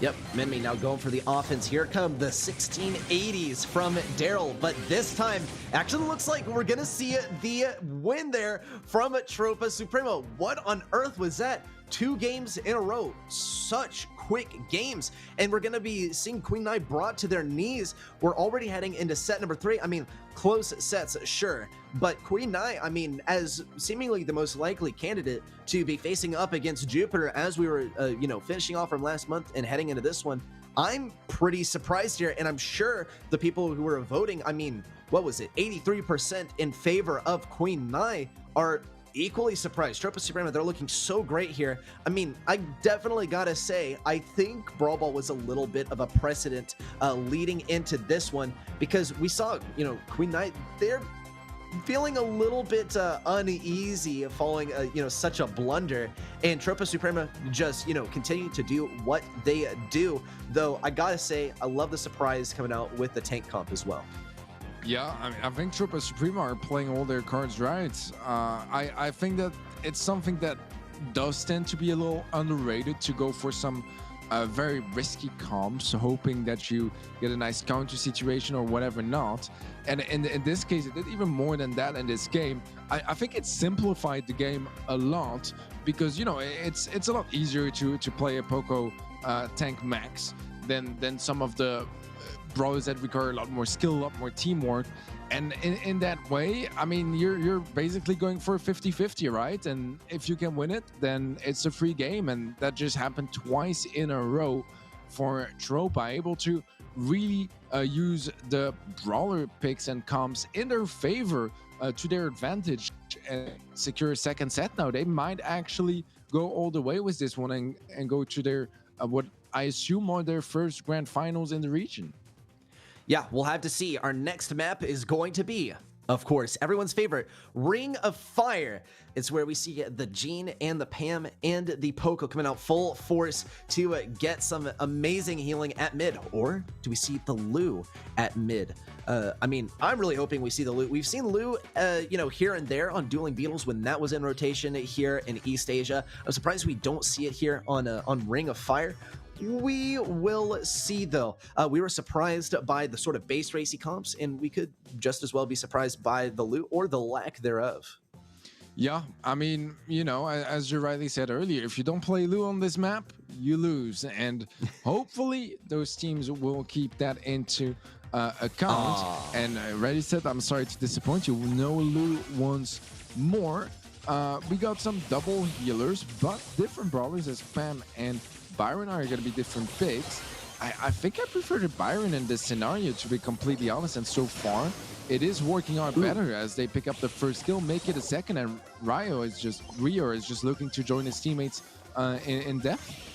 Yeah, I mean, I think by this point we can tell that Tropa Suprema, they're basically just running what Jupiter was running, but we can see the execution is so much different. I mean, rather, they're getting executed. Queen Nai looking very good so far, keeping the control. We see the Jean just ready with this pull. He doesn't have anyone to necessarily help him out, but he doesn't even need to use the pull. Here comes the pull, pulling Mole off the point. Aaron's ready with the pull as well, but he might just as likely fall to Mimi. Here comes the poke from Marlex. Rio, he's ready to get back up to mid. Does look for the kill first, though. He's been given such a tough time by Marlex just lurking in these bushes. Tropa Suprema trying to push up on the point. Queen Nai, it looks like they've had control for most of this game, but you know, the percentages aren't quite equal. Queen Nai, though, staying on this point. We do see Ryohi behind them flanking. Mole now stepping on this point, and Tropa Suprema looking to bring back the percentage here.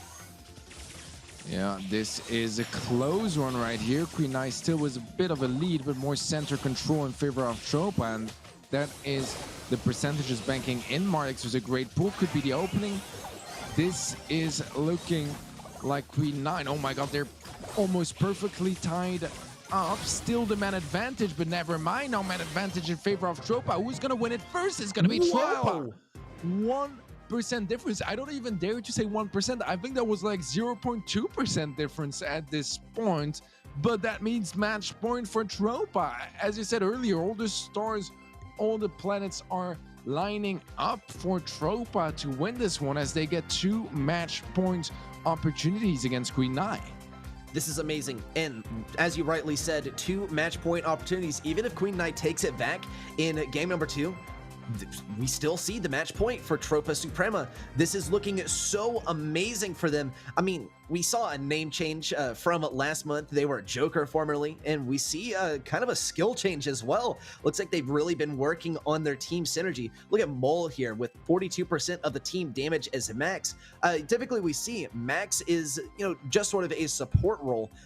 Look, he got 1 kill and 4 deaths, right? He was going so aggressive, going behind, flanking. It's all about keeping the enemy off of the point and distracting them and opening up opportunities for your teammates to get on that point. So playing a support, right, getting in, but also being a harasser on the left lane, you know, getting behind in those bushes and trying your best to just keep your opponents distracted, get them off the point. It's what Ring of Fire is all about, and it's working so well for Tropa Suprema so far. Though, with game 1 out of the way, I think, you know, if we're about to call back to safe zone, this is when we see the crazy comps start to come out, and perhaps even a mirror match. Yeah, I mean, I feel like, honestly, Queen Nai were playing slightly better in that game. And it was, I mean, we can't argue that it was a bit of a lucky win, right? Whoever had that percentage banked first was just such a close affair. I'm not even sure, like, can you draw in hot zone at 100%? Is that even a thing? Like, can you technically both teams reach 100% at the same time? That is a really interesting question that will require some testing, but they're capitalizing of that luck. You can't be lucky for 8 sets or 8 games or 9 games, because that's pretty much what it takes to be in this position here with this match point. But a better start from Queen Nai is going to give them some early control and an early lead in percentages as well.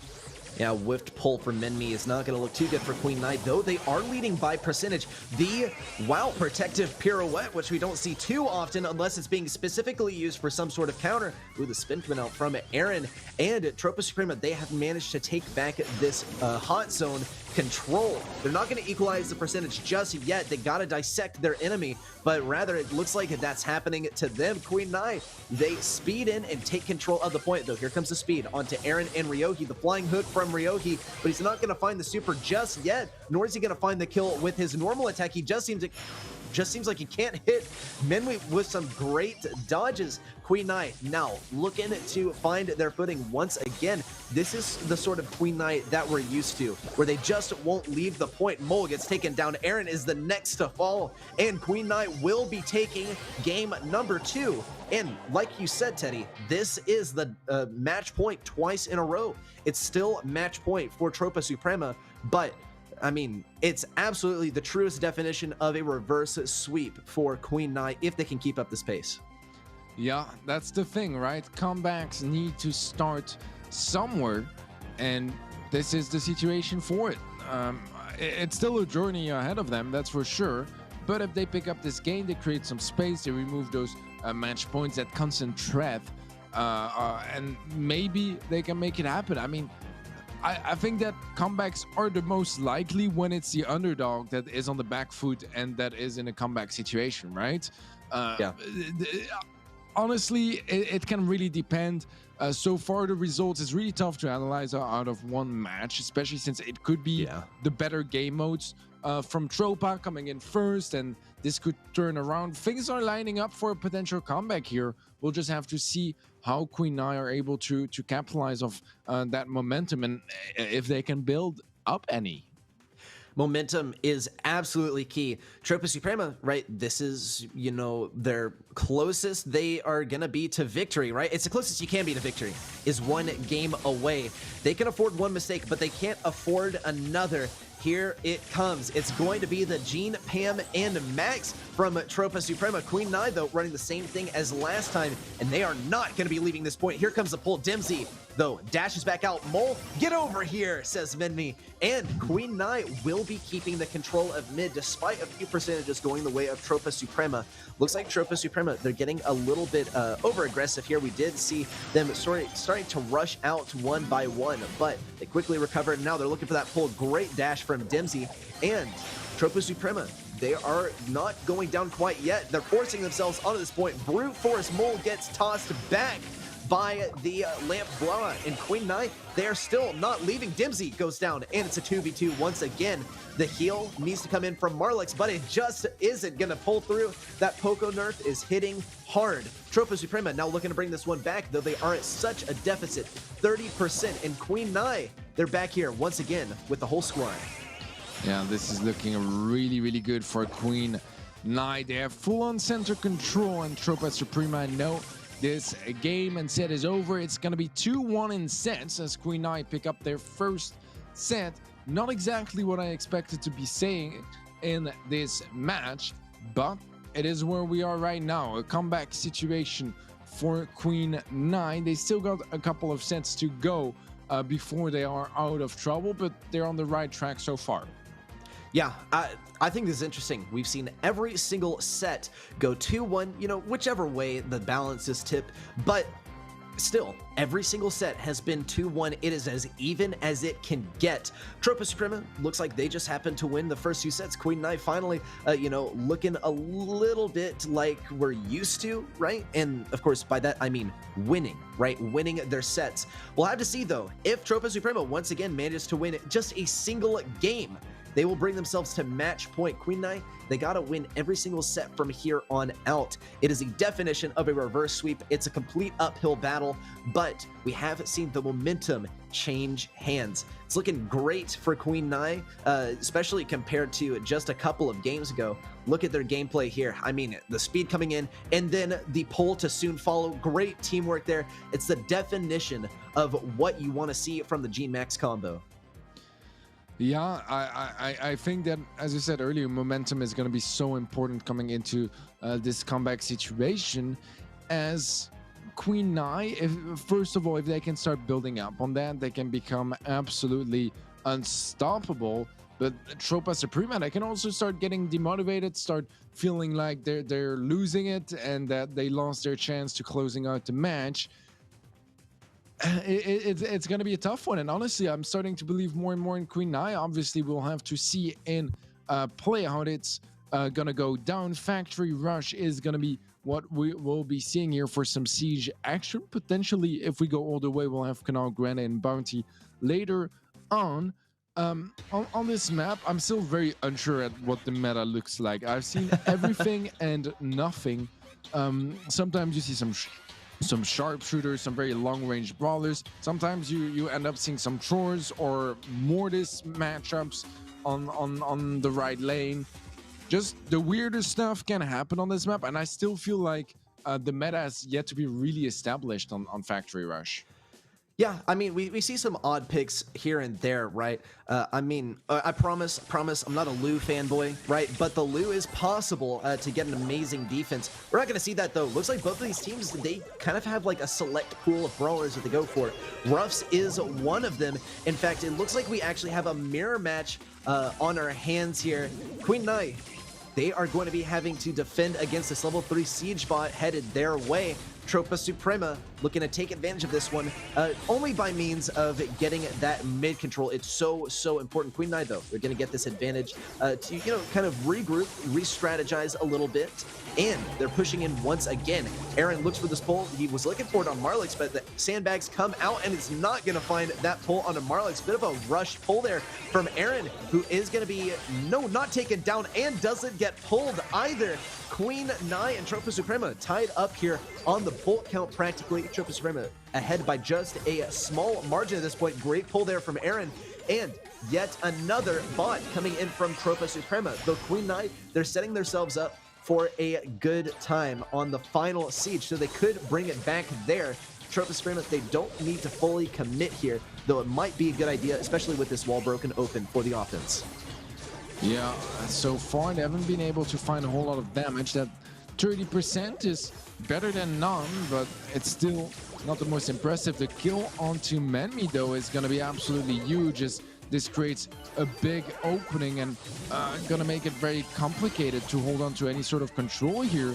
Queen Nai, they lose another member. Things are looking pretty blurry as Tropa Suprema are able to catch up in bolts and actually just take the lead. They are going to get the final siege bot. This is going to be another game going the way of Tropa Suprema, and this will put them directly on match point once more. They want to go for a dive. They want to try something, Queen Nai. They don't want to surrender here, but there's just not much they can do at this point.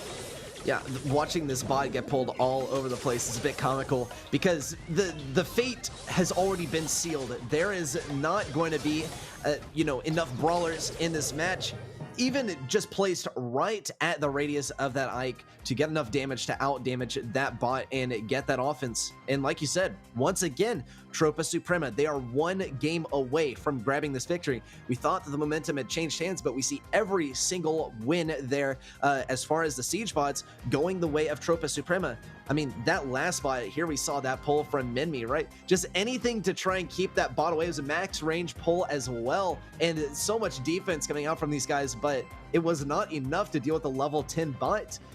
It's going to come down to, I believe, who gets that first bolt, because Queen Nai, they were not really able to get any bolts off of that first siege. We might see the Carl coming out this time with the flying hook just to deal with that. So maybe we'll see a mirror match once again, Teddie. That is very much possible. Mortis could be an option as well, of course. I mean, this is absolutely amazing for Tropa. They are stomping the momentum that Queen Nai was building up, not letting it build up furthermore, and just putting them right under pressure again. And this is just terrible momentum-wise, right? You have to realize that Queen Nai, they were in 2 match points in favor of Tropa in our previous set. And then suddenly, when they do manage to reverse sweep that third set, it's immediately match point again for Tropa, and just making the situation very dire, very desperate for Queen Nai. This is a pretty solid start from Tropa. Once more, they get the 3 first bolts. That's going to be the first siege bot heading their way. Ouch. Level 4 bot, and sure, Queen Nai will find a couple of bolts for the next one. The control is still very much going to be in favor of Tropa of that first siege bot. Yeah, we're going to see a solid difference from these guys, but I mean, 2 bolts, it's not going to really make that much of a difference when you have no control over mid. Though, one thing is for certain, Dempsey is all powered up and he's ready to go, and we don't see any power-ups until now. Mole does get powered up, but a great kill. Dempsey also falls. Mole is the next to go. Aaron is about to fall just as well. A great pull. And Minmi picks up that power up. Queen Nai finally taking back the mid control, and it looks like they are also going to get this next bot. Tropa Suprema, they only have 1 bolt to their name, and they're going to be fighting on defense this time. 2 seconds till that bot comes in. What level is it going to be? Level 8 from Queen Nai. They're going to keep this mid control and grab yet another bolt, almost tying things up for our 3rd siege, though. Tropa Suprema, it doesn't even matter really if it's tied. Tropa Suprema, they are so behind right now having to defend against this bot. They gotta retake it. Yeah, very, very clean defense, especially considering Aaron still has that gene pool available. A miss from Menmi could be quite big. The pull difference is not large, but they need to connect it. Aaron is so low HP, hasn't used his pull yet, only 12 seconds left. He's gonna pull the sandbag and go down. This is a bit of a disaster for Tropa Suprema, as Queen Nai are gonna the final siege. Oh, they already have the damage lead as well. This is gonna be Queen Nai picking up this game, tying things up in this set, and now they're only 1 game away from tying things up and pushing things to set number 5. You know, at this point, I'm starting to question whether, you know, match point is really that significant, right? We've seen these guys at match point so many times, and it just doesn't seem to phase them. They're still able to come back and get the win. We're going to be once again heading into match point, but as I was saying, right, does it even matter? It's just like Queen Nai, they're planning on winning at least 2 games in every single set. It just happens that Tropa Suprema is getting that first game win, and Queen Nai, they're still taking the set. We are, once again, heading to match point 1-1. Though, let's get a recap of our last game, Teddie. Yeah, I think that knowing us, you probably just jinx it, ReddySet. I think it's going to be 3-1 and it's going to be over now. Just because we said that Queen Nai were able to come back so well out of those sticky situations. But I mean, yeah, we have to be realistic, right? It's still match point for Tropa. They could still close it out here in set number 4, but also there's a real possibility for Queen Nai to push things to set 5, and that's going to be quite demoralizing for Tropa. Having 4 match points and ending up going to set 5 would be absolutely devastating, especially if they end up losing that 5th set. Now, we're not there yet. Tropa can still get out of this semifinal and move on to the grand finals in 4 sets, but it is looking like the chances are slimmer and slimmer by each game we go through. Yeah, and I mean, just the prospect of heading into Canal Grand is extremely discouraging, I believe. Oh my gosh, we finally see a Lou coming out, and in the same game as Mortis and Daryl, I'm definitely dreaming here. Someone pinch me. Tropa Suprema, they are bringing out everything they got, pulling out all the stops, and we don't see Ryohei able to secure that kill on the Dempsey. Dempsey's going to pick up that bolt. Tropa Suprema, they do get the first siege bot for themselves. 2 bolts on the side of Queen Nai, but this is sort of a callback to what we saw in our last game. Tropa Suprema, they managed to get that first bot. Queen Nai with the nice setup for the next one. Yeah, Ryohei thought about it, but he wasn't able to get in there. That bot falls too quickly. A 100% defense from Queen Nai. And once again, we're going to see Tropa Suprema sort of on the back foot But as they go for the fight on mid, 2 Lu Supers on the field, and Mole has established so much control. The freeze on a Minmi, what is he doing? Mole almost gets yet another kill on a Minmi, but one thing is for certain, it is so close here on our second siege. Yeah, I don't know how well the Lu is gonna do in defense if it comes to it. Actually, we might be seeing a draw right now. Yup, it is gonna be a tie. And this means that this final siege bot is gonna decide it all if we go to set 5 or if Tropa Suprema secure the win. But a nice kill here is gonna be the opening that they need to pick up a couple of bolts. And now Queen Nai, the pressure is up. They need to clutch up as they are behind by 4 bolts. This is looking really good for Tropa, although they do get wiped out. Queen Nai, they should have enough time to catch up. This final retake is gonna be everything or nothing for Tropa Suprema. Yep, just 3 bolts away, now 2, now 1 bolt away. And we do see the counts equalize. Aaron picks up a bolt for himself. Another one going to Minmi, another one going to Aaron. Is it going to be yet another tie? It just might be. No, the bolt was flying through the air. 15-16, and Queen Nai will be getting this bot. Do we see the defense though? The bot walks the opposite way. It's not going to be walking through the ice. Just 1 tick of damage, 97%. Could decide whether we head onto Canal Grand, and it in fact is. It's not going to be 1%. It is going to be 58%. But Queen Nai, they're taking us all the way to Canal Grand. But I mean, let's be realistic, right? You know, playing Canal Grand or, you know, just losing and dropping out of the semifinals, I don't know which one is like a worse fate. As far as a player's perspective, I think, you know, Canal Grand is just sort of this dreaded one. You're forced to play Bounty for 2 minutes and 30 seconds no matter what, and on a map that can be so frustrating, especially when Sprout, you know, is still a possibility here. I think we have an amazing set 5 coming up.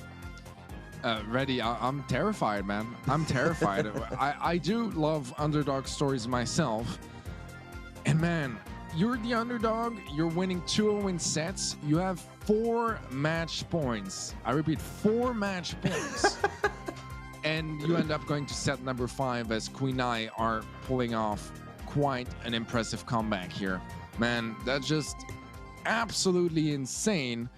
And one set is going to decide it all here to set those teams apart. Tropa Suprema, Queen Nai, they have been battling it out quite fiercely in what could be one of the biggest comebacks in this region's history. We'll have to see if they can actually pull it off and close it out in our 5th set of this semifinal. I just want to remind you, Reddy, that our other matches of the day, they were all clean sweeps. Every time the winning team won every single game of the match. This time around, we are going to set 5, and this is potentially setting a bit of a tone as well for our grand finals. But Canal Grande is going to be the playing field for this final set. This is going to decide it all for who between Tropa Suprema and Queen Nai are going to be attending the grand finals. I mean, call it Canal Grand Finals, right? I think that's like a sort of an appropriate name for the map here because it is the decider. And if every single game and set before this one does, you know, set a precedent for our final one, we are going to have a very close one. It's going to be absolutely exhilarating, especially because just off the first game, we're already going to see the match point in favor of one team or the other. That's why our 5th set is so exhilarating. Looks like still though 20% of people believe in Tropa here. We have a few people that converted over to Tropa's side, but I'm surprised to see how resilient the Queen Nai supporters are. We will see what the reality is here. No Sprout this time. Looks like Rio, he was very well prepared for the Sprout to come out, but it's just not going to be a reality. The Poco and Mortis, they're going to struggle to find some targets here in set number 5. Yeah, this is not going to be that easy for either side. So obviously that blue star is going to be a nice asset for Tropa to try to force an engagement from Queen Nai, but Menmi already has a pull. If you can just connect that pull, that could be game changing. That could be the match point that they were hoping for. Rio gonna have to back off as that ticket heads its way, but Mo and Aaron are able to take it down. I think it was a mispull from Menmi, but Rio is going in for the kill anyways, and he's gonna get taken out. Nice sandbags, double kill for Queen Nai. They take the 3-star lead, and with a minute left on the clock. We need a clutch from Tropa Suprema, unless they want Queen Nai to get to match point. Yeah, well, they are going to be able to deny Queen Nai from picking up that power-up on the left side, so that's at least something.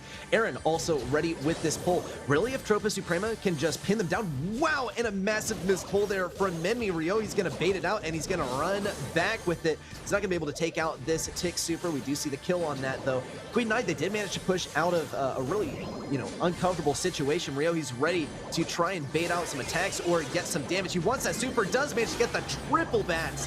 And Mole is pushing up here with the Super once again. Here comes the kill on Menmi and the retake of the blue star. Tropa Suprema, they're now in the lead with 10 seconds left, but Queen Nai, they fire back. It all comes down to Aaron and Ryogi to bring it back. The pull on Ryogi, and it could not be more decisively in Queen Nai's favor. That is going to be a Queen Nai match point after so many games where it was a Tropa Suprema match.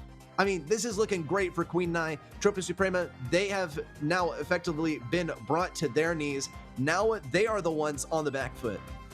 What a comeback and back and forth game this was. Queen Nai with their first match point on the line here. Man, once again, Tropa Suprema, they've had 4 match points already. Now it's the first time that they have their backs against the wall and that they are being pressured, that they are in a do-or-die situation, and that one loss is going to end their journey in this monthly final.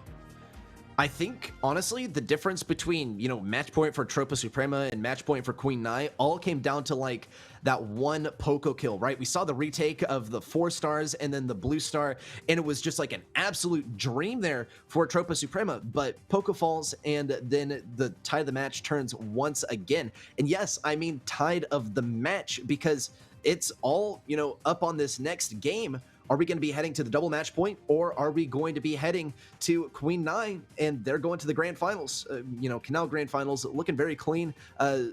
Really, well, actually, what am I saying? It's not looking clean for either team. It's been so close this entire time. Yeah, this has been quite a close journey for those teams. I don't think most of us expected this match to go all the way, but here we are, match point for Queen Nai. This is their chance to reverse sweep Tropa Suprema, but the blue star is going the way of Tropa, which should be setting up the pace again. And honestly, I feel like they have a better comp to holding on to that control, because they have a bit more spam, whereas with a Mortis, you're kind of just left sitting in a bush and your opponents can get quite close and just spam you out of position.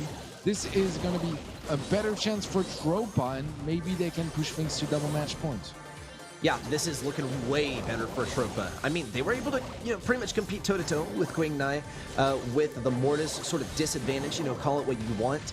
But this time, with a different comp, they already have that blue star. They just got to hold on to it as long as possible. As far as, blue star holding candidates, I got to say, Tick is probably the best one, since he does have that last hurrah to his name. Rio, he's going to be locking down the control around spawn. Menmi is trying to push up, but it's just, not going to be that easy to contend with the Sprout. Really, he's looking to be a distraction.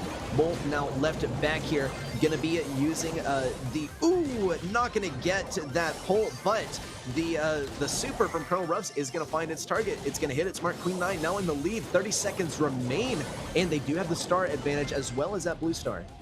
Oh, well, no more star advantage as Rio just picks up a kill and Tropa take a 2-star lead. That does mean, especially with blue star and Queen Nai, that 1 kill on anyone would be enough to take back the lead for Queen Nai. 15 seconds left. Can they make this happen? They do find some decent damage. Mo gonna pop his last hurrah. They are quite low HP. 5 more seconds. Can they find a kill? This is close. 3 seconds. Oh my god, so much damage, but it's not gonna be enough. Tropa Suprema with the blue star able to make the difference here, as we were all tied up 11 stars each. Tropa Suprema pushing things to double match point. What is this ridiculous match, Reddy? Did they have to like really wait till the last second? I mean, you know, they could have gotten some kills with like 2 seconds left, so it, you know, didn't just all like just basically, you know, it was too much happening at once. It's like overstimulation. My brain was fried. I wasn't able to process it all at the same time. We're gonna have to watch the replay. Here are the last few seconds of the match. Marlick's going in, the pull from Aaron to secure the kill, and then the Colonel Ruff super. Dempsey also falls at the same time. That crucial kill right at the end. It was so close. Pretty much everyone on the match was at one hit. So crazy close there. Ryohei, though, definitely takes a cake for getting the most kills and the most stars. A key kill there right towards the end of the match. But man, what a match was this. Yeah, mind blown here. And the double match point. I didn't think we'd be seeing it, seeing as Tropa Suprema. They brought us to match point in set number 3, but man, we've pretty much overused this term. Match point, throw it out the window. Let's get a new term. It's a close match, man. It's a close match. Yeah, I think that's the best way to describe it, Reddy. We've had 5 match points, and I'm going to use that word very carefully in favor of Tropa Suprema. This match is just perfect, right? You have 2 very compelling stories. You have Tropa Suprema with the underdog story, and then you have Queen Nai with the full-on reverse sweep comeback. And it's all coming down to a double match point situation, with both teams being a game away from the grand finals. I think that's as good as it gets, Reddy.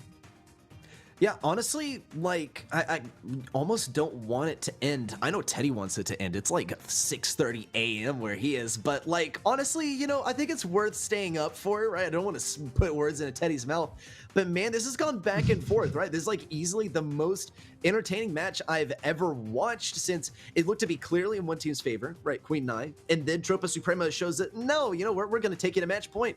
Queen Nai says, well, we don't mind being at match point every single step of the way, and we're going to take it all the way to the last game of the last set. It's so exhilarating. Can we just have Jupiter, you know, play someone else and, you know, postpone this for later? Because I don't want it to end, man. I don't want to see the end of it.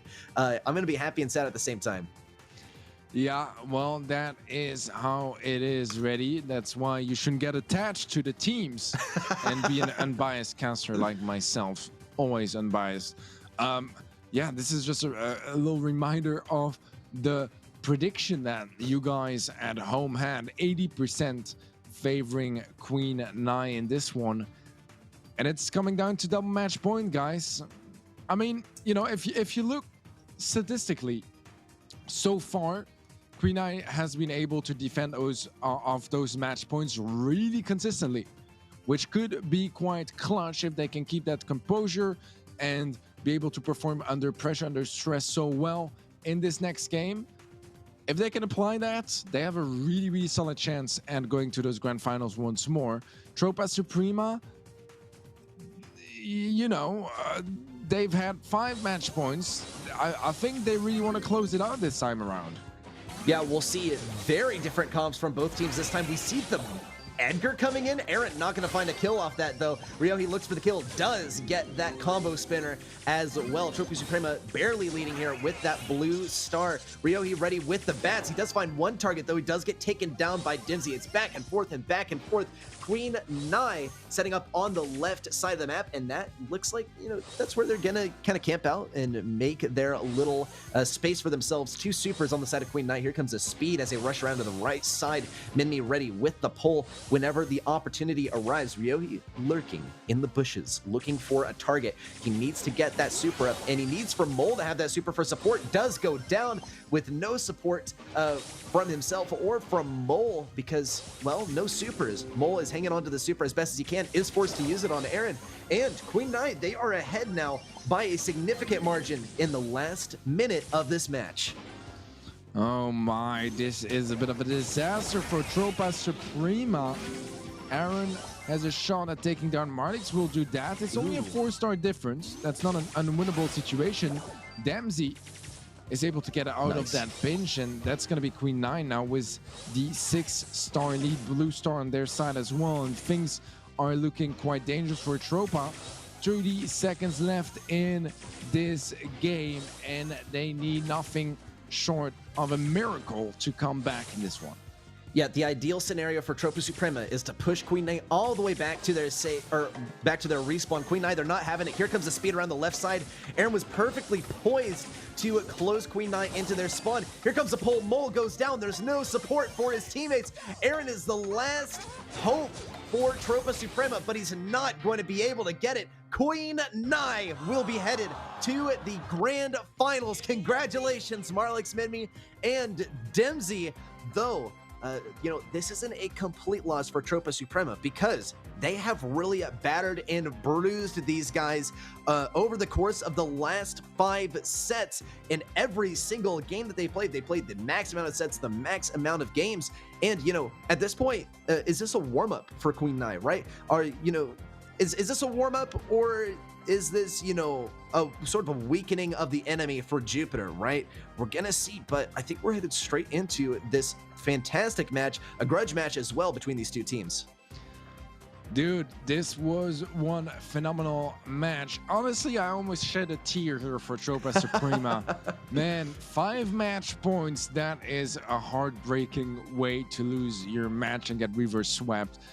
With that being said, we are slowly heading towards our grand finals. As you said, two teams that have a history against each other. Queen Nai being our nemesis of Jupiter in the region, but Jupiter has been the team winning much more consistently so far, as they have won every monthly final so far. Queen Nai do want that this time around and try to take that trophy away. It's going to be a bit of a challenge, but they just came back from one where they fought valiantly. Beautiful play, wasn't it? Oh, beautiful. I don't even know. That was like I will reserve my comments. That really hurt my soul to watch that happen, is all I will say. This is where it got so close between Queen Nai and Tropa Suprema. We knew it was going to be a close match, but it looked like, you know, just pretty much every step of the way, Tropa Suprema, they were in the lead. And of course, Queen Nai, they started bringing it back here on Siege. We thought, you know, Tropa Suprema, they were going to be able to get this match point and bring it to a 3-1 win and their ticket to the grand finals. But I mean, right here at the end, this one was absolutely exhilarating. Tropa Suprema keeping themselves in the game right towards the end. Here's the, I mean, of course, our MVP, Menmi, dealing 32% of the damage, right? Not really his claim to fame. Of course, he does manage to get loads of support for his teammates with those gene pulls, because, of course, you're playing gene, right? You have good damage, but you're not getting the pull just for yourself. You're getting the pull for your teammates to be able to finish off that kill. Yeah, that was overall just a really strong performance from Queen Nai, man. The nerves must have been just like, they're built different, man. Like, how do you fight off 5 match points and still win the match? That just doesn't, like, the math doesn't add up. Those guys are not human, and they will have to keep playing like those robots to stand a chance against Jupiter. Jupiter is just that good, so this is gonna be quite a challenge in the grand finals. Yeah, I just did the math and it doesn't add up, Teddie, right? But thank you. Let's take yeah. I mean, you know, always gotta double check the homie. But here come the grand finals. Jupiter versus Queen Nai is gonna be our grand final match. And I mean, this is exactly what we saw last month, right? We've seen Jupiter win every single time, but Queen Nai, they have proven, if not, you know, just in our last semifinal match, that, man, they got nerves of steel and they have such an ability to reset following a loss and, you know, being really brought to their knees at a match point. Well, okay, with that, the grand finals are set, and we'll be getting to that in just a moment. But first, we have another update on the stolen BSC trophy. A bit of a recap to jog your memory on what's happened so far as well, and we'll also get to the latest. So let's take a look. The trophy, it's gone! Evidence detected. Maybe you should ask someone who wasn't at the party that night.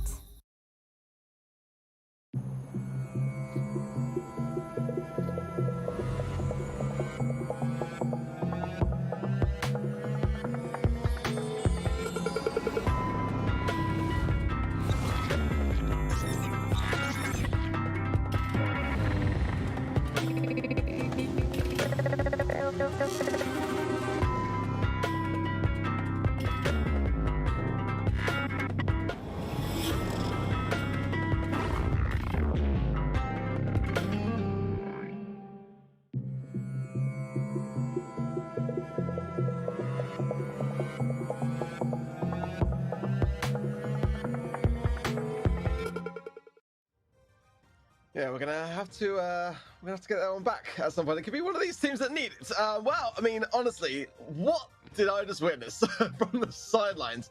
I mean, back in April, it was Team Joker.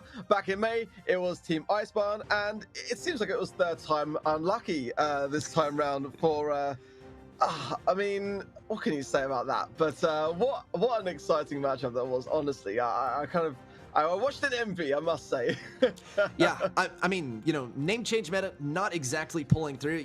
It takes more than that to take down Queen and Nai. What absolute troopers. We've seen them compete against Jupiter numerous times, and they seem to be really the only team that can touch Jupiter. But I mean, you know, by proxy, right? I wonder what would have happened if we'd seen, you know, sort of alternative universe, Jupiter facing perhaps a different team. Maybe we can see that in the upcoming months, but all predictions aside, Jupiter versus Queen Nai coming up. It is a grudge match once again, a bit of a callback to last month as well. It was a 3-2, and I think we have a good chance this time of seeing perhaps a Queen Nai win, hashtag Queen Nai win, or a Jupe win once again, if we're holding with the trend so far.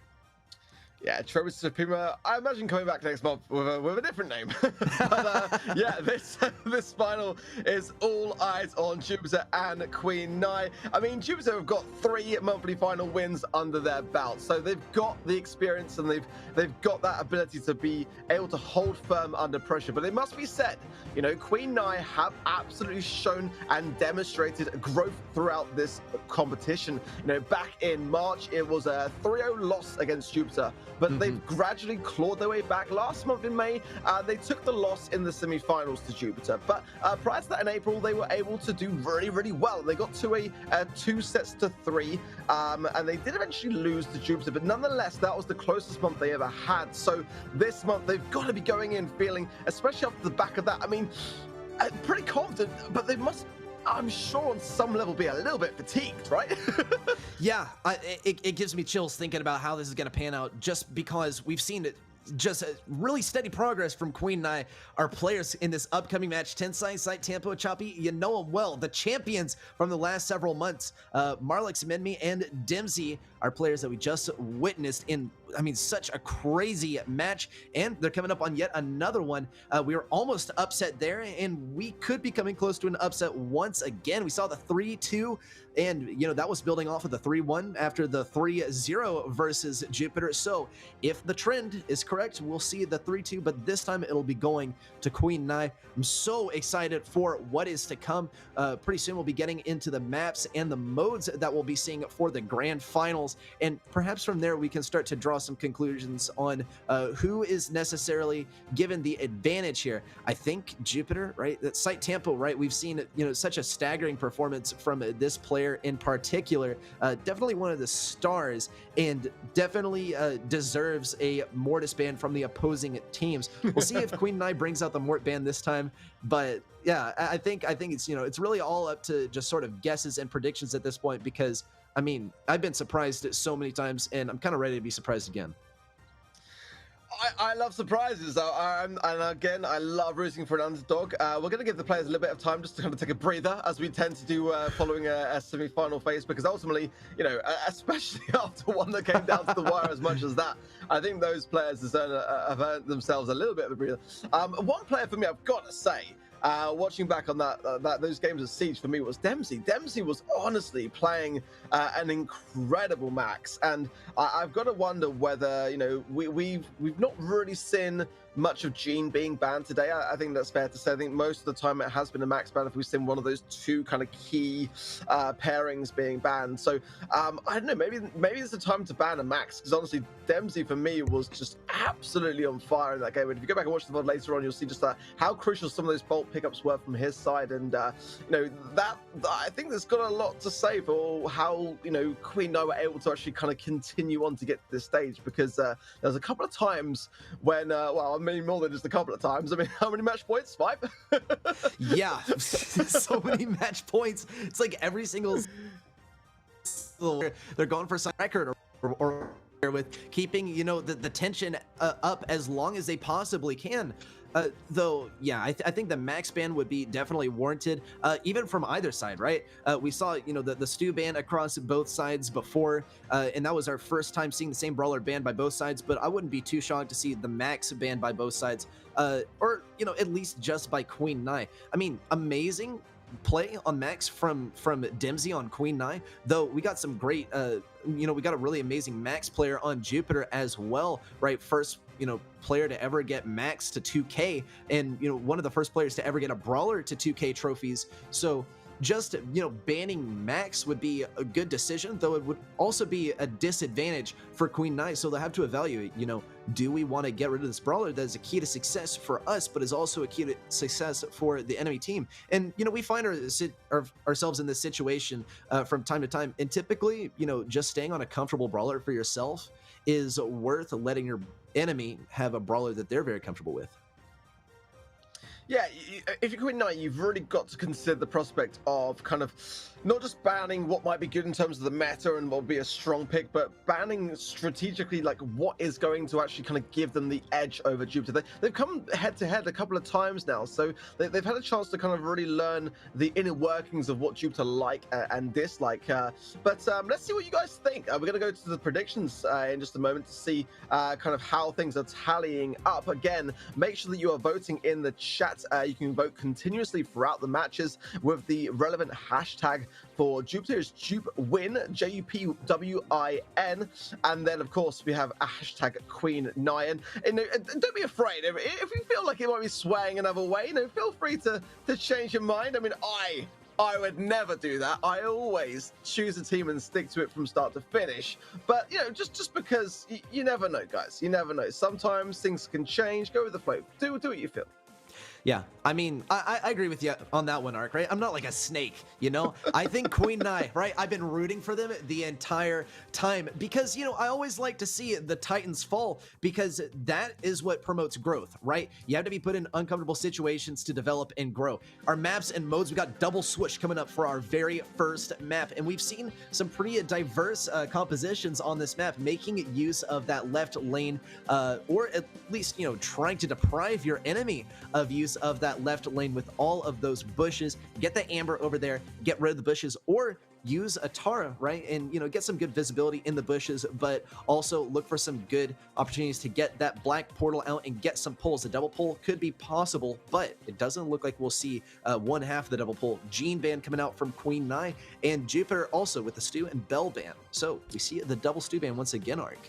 Yeah, and Jean as well is I don't want to say necessarily for certain that it's the first time today, but definitely a rare brawler to be seen banned despite how strong Jean is in the current meta. But yeah, I'm kind of not too surprised to see Bell and Stu, as we'd kind of pretty much in that recurring pattern all day, but the double Stu ban is going to definitely open up some options. So I think it does go to show something that both teams are kind of like, you know, taking Stu into serious consideration and not taking any chances. So obviously valuing it to that extent, but it is going to open the doors for brawlers like Sprout. I mean, you mentioned growth. One thing that's not going to grow back is the bush in double swoosh, and ultimately I've always vouched for Amber in that scenario because I feel that she's a really, really strong brawler at the moment on the particular map. But 78% of you think that Jupiter is going to win this month's monthly final. 22% of you are still rooting for Queen Nai to have their first monthly final victory. I'm curious to see whether these numbers change. I would love nothing more than to see Queen Nai go all the way this month. I've got to say, having looked at that last matchup, I feel like they've definitely earned it as far as it goes so far today. Oh my gosh, they have absolutely battled to get here. I mean, they completely deserve to be here. You know, it cannot be clear coming off of that last match, just every step of the way, having defeat staring you straight in the face and being able to shrug it off, right, and reset is absolutely staggering. We'll see what our players have to bring today. The interaction that I want to direct y'all's attention to primarily is Dempsey versus Sight Tempo, two of the MVPs across these two teams. Also, the max players that we typically see coming out from both teams, but they're not going to be on the max this time. they are delegating that responsibility to their teammates. Tensai gonna pick up the max, and Minmi gonna pick up the max as well. Jupiter and Queen Nai so far looking quite even. Marlex does manage to pick up an early kill on the right lane, and Amber is not going to be getting any fire on that right side because, of course, no Amber from Jupiter. But it doesn't look like they need it. They're already setting up camp in their enemy's bushes. Yeah, Dems is going to have to make a choice soon as to what he breaks. He's going to break the left-hand side. That's pretty fair. Chappie will have to be, obviously very careful with his jukes because he will be exposed in that respect. Interesting to see with the Jinban how the Sandy is going to play a kind of a key role in this particular match. But look at the aggression, the early aggression from Jupiter, just putting the entirety of Queen Nai just in that little patch of bush there. And you can see here the effectiveness of Ems in this particular map as the entire team up except for Dempsey left alone. 270 HP is all that's left, is just down to hold the fort. But honestly, one gem is all that separates Jupiter from a very early countdown here. Yeah, I'm a really big advocate of the Max pick here, right? Max and Sandy used to be like, okay, Sandy, really nice burst damage. That's why you speed him up with Max. But here, it's you get to push up with the Sandstorm, and then you have Max kind of hang on the back lines while you have Ems and Sandy, keeping control on the front lines. And then as soon as those guys die, then Max just pops the speed and runs back, collects all the gems that have spawned at mid. I think it's a great strat. We've seen it in other regions as well, and it's just clear as day how effective it is here, Arik.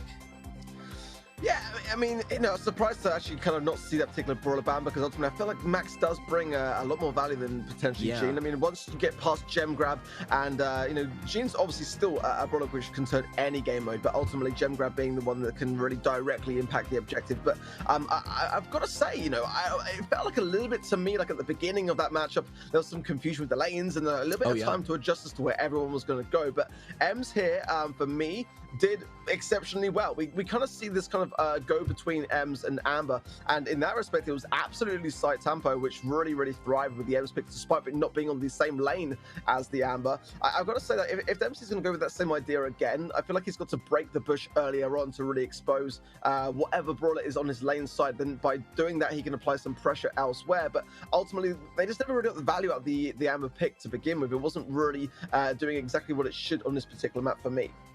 Yeah, I mean, it's strange to see a comp that is, kind of, or at least a brawler pick that is so focused on getting rid of those bushes versus a comp that really makes, as much use as possible of those bushes, and the one that makes use of the bushes wins, right? That might account for some kind of comp change coming out from Queen Nai, right? Maybe we don't see the Amber. Obviously, the bushes, were not, or at least the bush break that was possible in the time given, it was not that impactful. So I think that could be responsible for a little bit of a change here. I was very ready to say, pertaining to the Jean ban, okay, well, we see the Jean ban because neither team wants to play against Max Jean. We got great Max players on both teams, but we don't see the Max players, right, playing, or rather, we don't see the Max on the players that we expected, right? We expected to see Site Tempo on the Max, and we expect to see Dempsey on the Max. That's not what we see at all.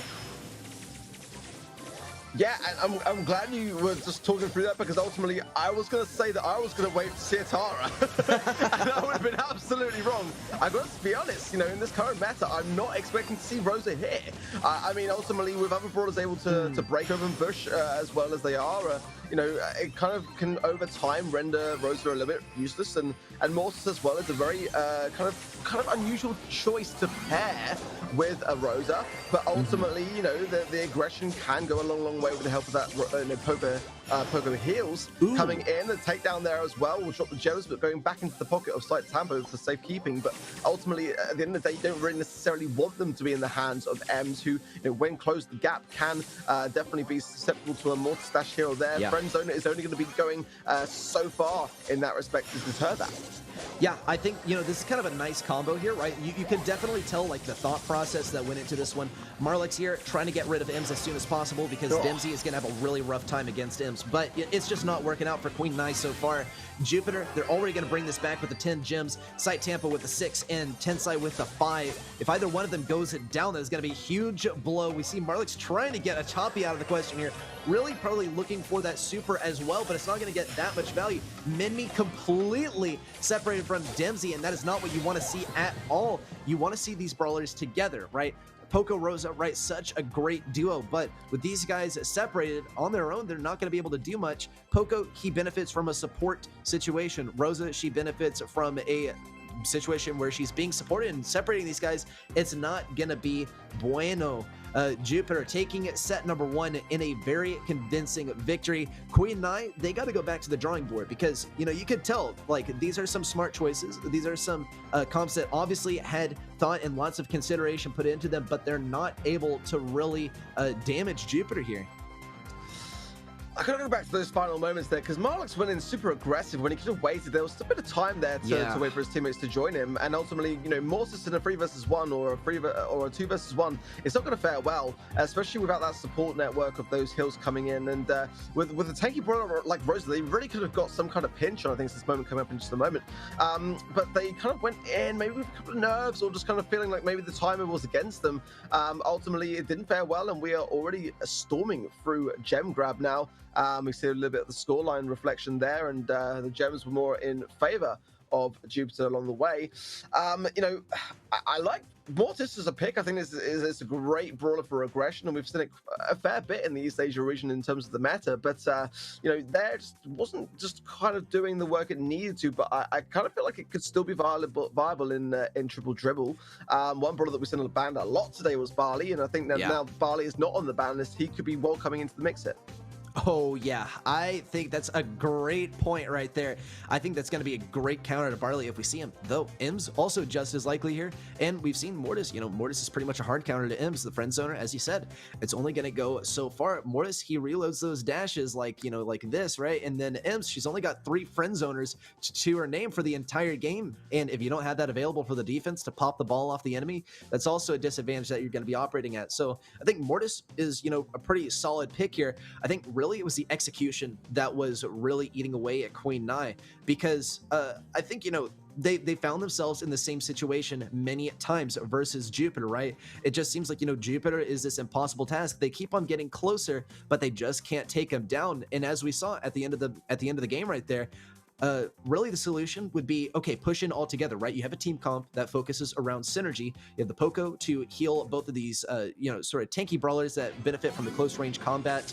You got to stick together, but they were going for the 1v1 interactions, and that just doesn't work. Here's the Mort coming out from Jupiter this time, looking to make an impact. Though Queen Nai, they've gone for the Poco tank strat. The pass backwards is going to benefit Tensai, and he's going to run it all the way home, or is he? No, he tries to put that around the corner, but he's just not able to quite get it, though.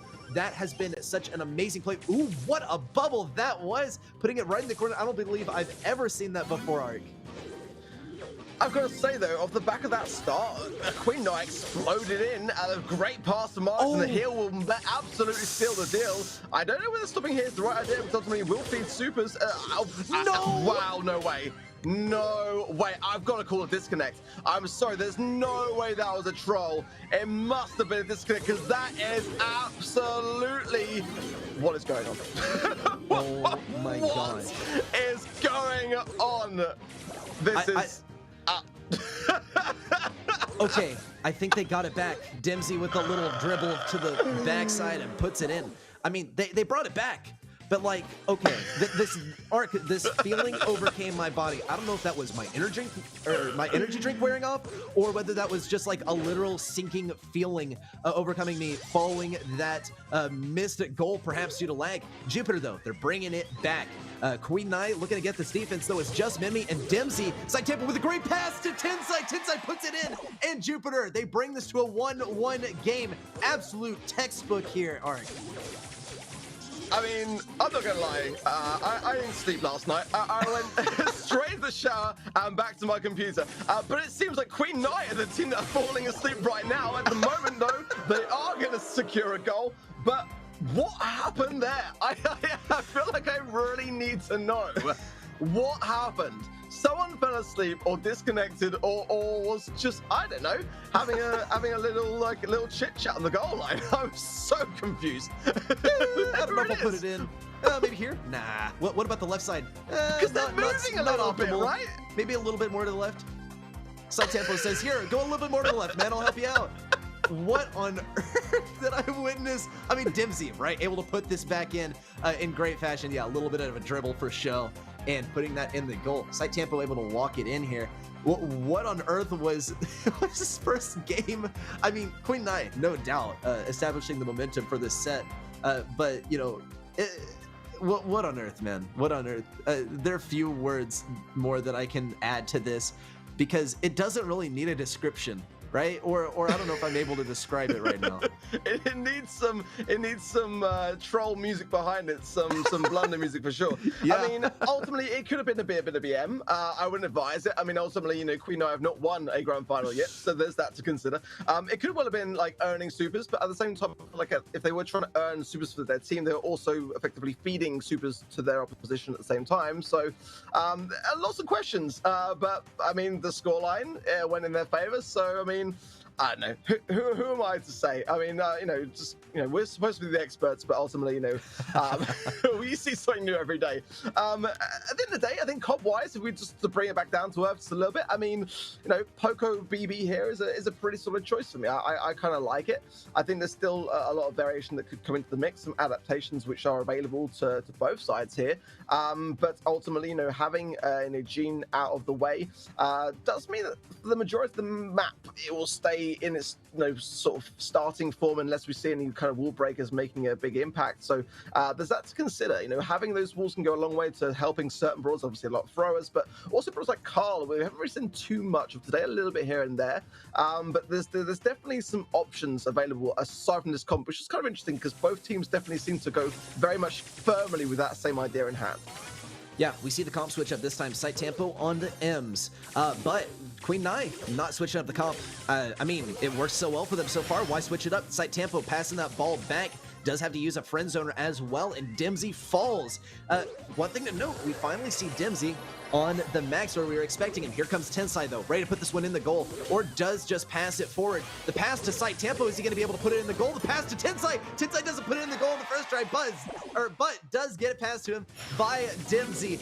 Jupiter able to bring this game to 1-0. They are trailing here in the set, but it looks like they might bring it back to a 1-1 game. Here comes the speed. Dimsy rushes forward. Marlix ready to provide that knockback as well. The pass to Marlix is all they really need, but he does suffer as he does drop the shield. Site Tempo's ready with the friend zoner as well. Marlix not necessarily going to try and bait it out. Here comes the friend zoner, and Marlix does fall. Site Tempo now finding an opportunity to push up. It's not going to be past Dimsy, but he is going to push that ball a little bit forward to establish the line of scrimmage of this field. And the Choppy lays down the super as well. The slow onto Marlix is able to open up this opportunity for Tensai to put it into the goal once again. Great performance there from Jupiter. You know, really bringing it back, establishing that momentum once again after the shenanigans, to say the least, of game number one. Jupiter looking strong as they usually do, kind of countering Queen Nai here with the M's pick there.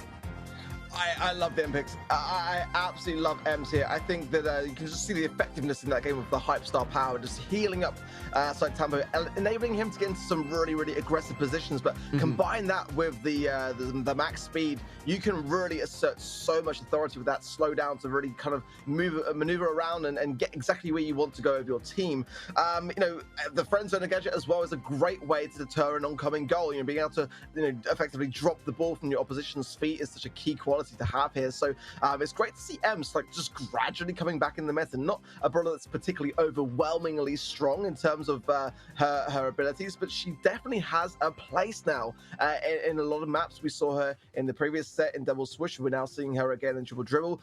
I think it's great to see brawlers like that in a kind of more balanced place. Same with Jean this year. We're kind of seeing Jean not being like a completely over dominant brawler, but just one that works well in combination with various other things. And I've got to be honest, Max seems to be be that thing that, you know, it's the glue that holds everything together. And, you know, I wonder whether even these two teams would be kind of considering whether they should have gone for that max ban as opposed to the Gene ban looking back on today, but we're still very much in early days. This one is honestly really, really close, and it's going to be a difficult one to call either way you look at it.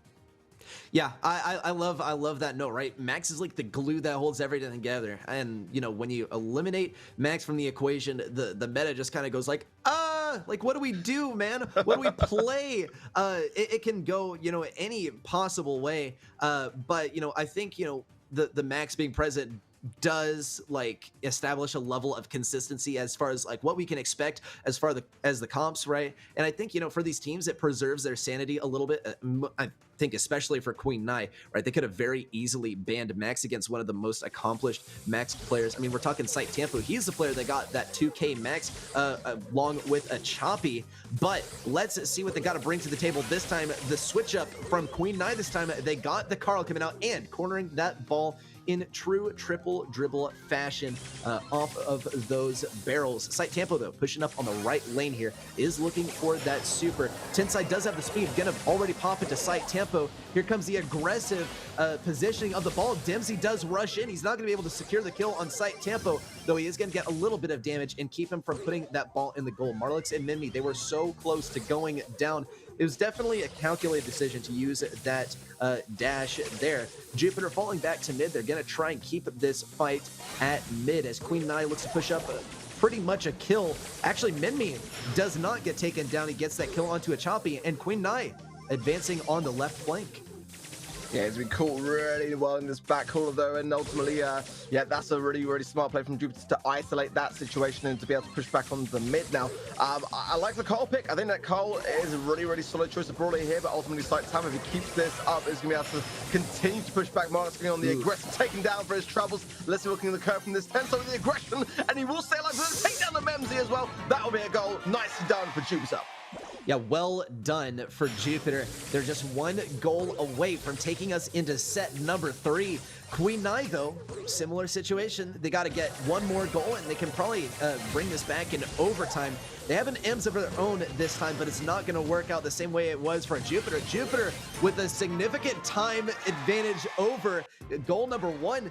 Great use of the friend zoner right there. I mean, you know, this is absolutely classic what we see, just, you know, using it to boop the enemy back and secure that goal for yourself. Though I think that was the first goal that we saw the entire set that was not put in there by Tensai. So I think, you know, nice change of pace there from Sight Tampo. But with that, we're heading into set number 3. I think that was a great match from both sides, though still decisively in Jupiter's favor, keeping in turn, or rather keeping in sort of, you know, turn with what we typically see from them, the trend where they are, you know, pretty challenged by Queen Nai, but not taken down. Yeah, they are, you know, it's close, but ultimately at the same time, Jupiter just have that edge for me right now.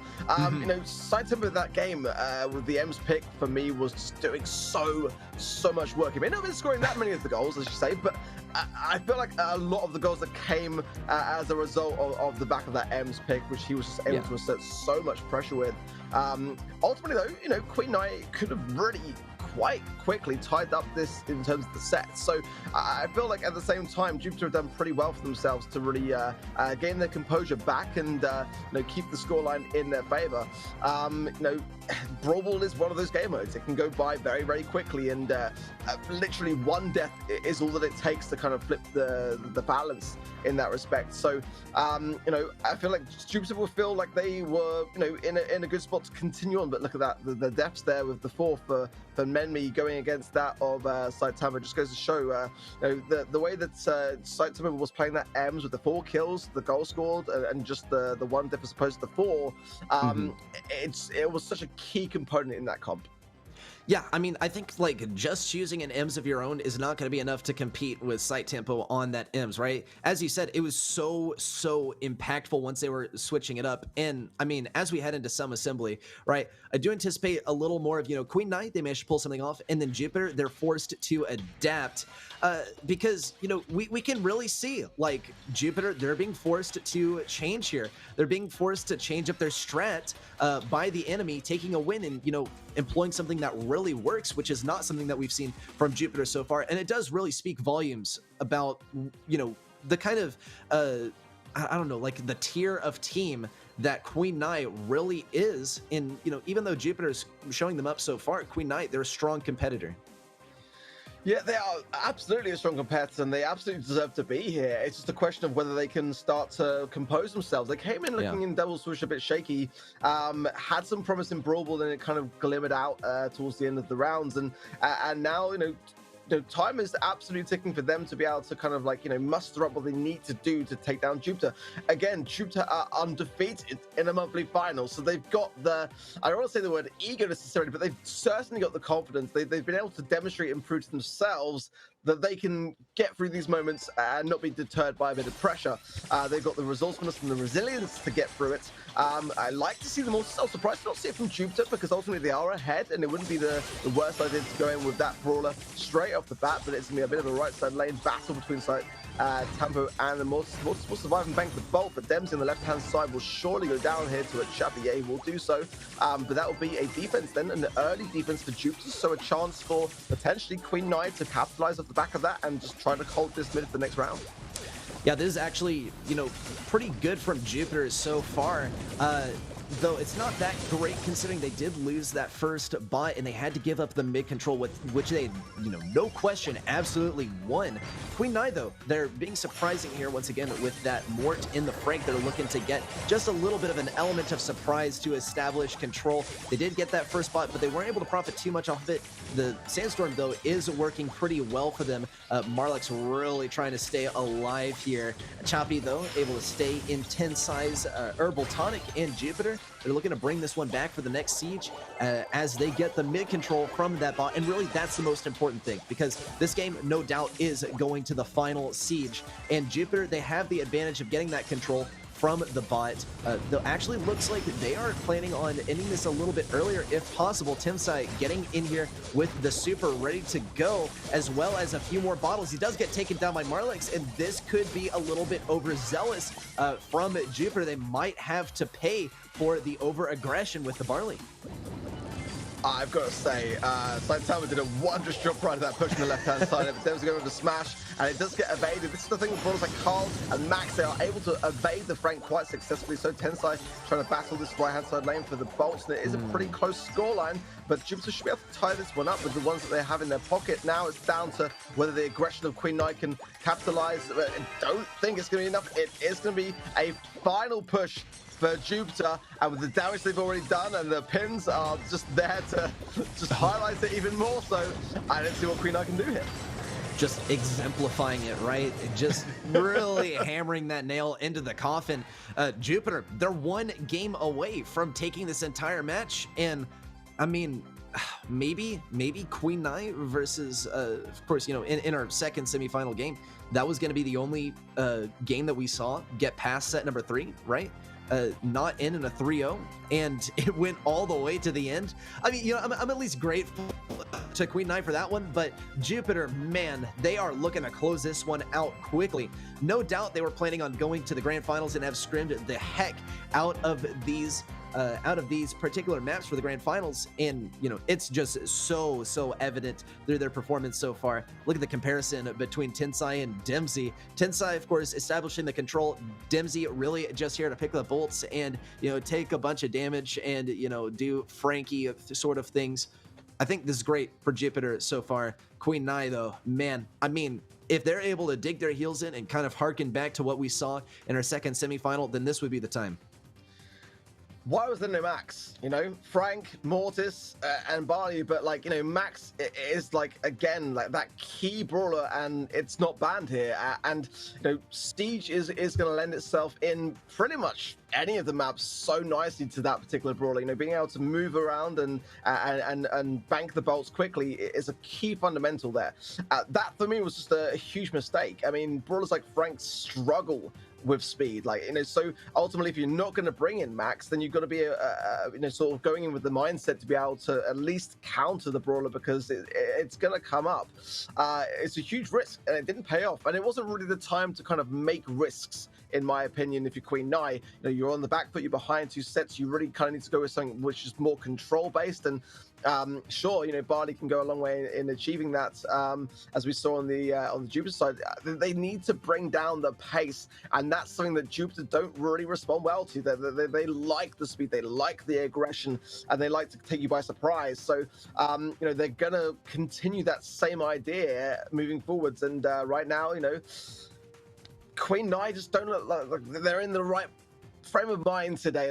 They seem to be just struggling a little bit. I think that maybe some of the fatigue from that semi-finals phase starting to maybe come back a bit full circle today.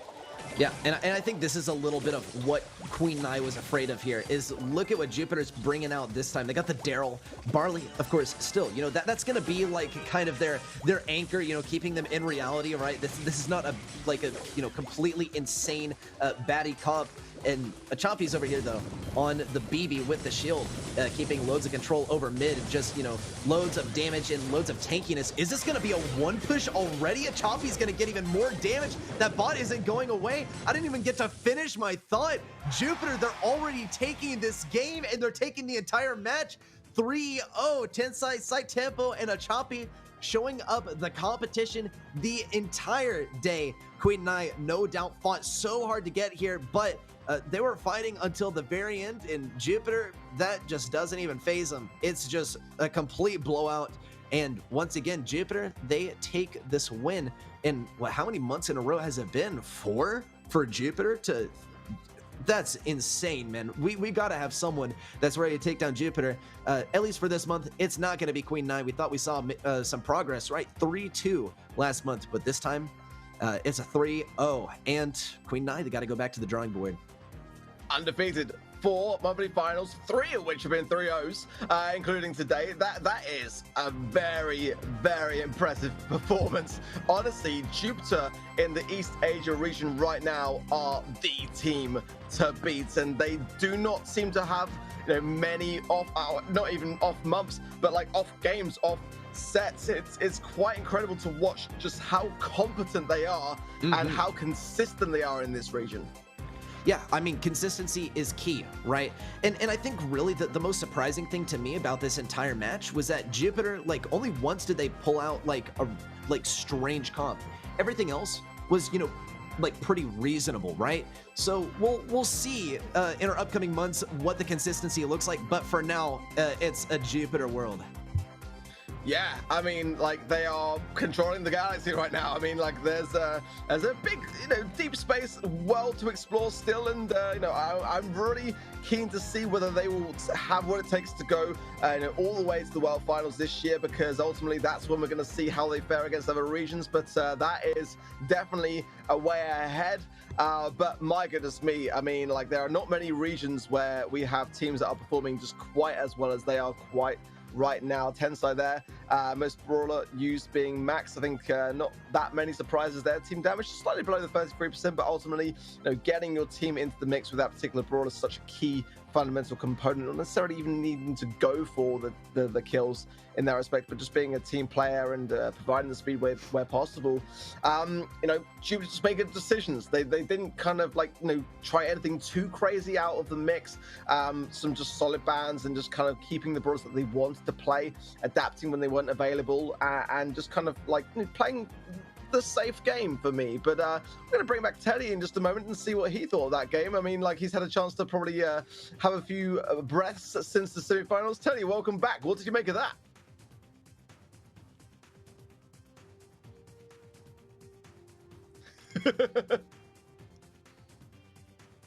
And that was absolutely absolutely insane. Jupiter showing some absolute dominance throughout the region. I mean, I was thinking about a line when I come back in, and I'm gonna go for it right now. I was gonna say everyone is going to the moon at the moment, but Jupiter is going straight to Jupiter, and that's pretty much what the region is about right now. And obviously, every king is sitting on his throne comfortably until someone wants to take his place, and there are plenty of teams in the region that are looking to do that. Queen Nai, not gonna be the one today, but who knows what happens next month, right? Exactly that. I mean, ultimately, like you rightly say, like the more momentum a team build, the greater the will that builds within another to try and take down the Titan.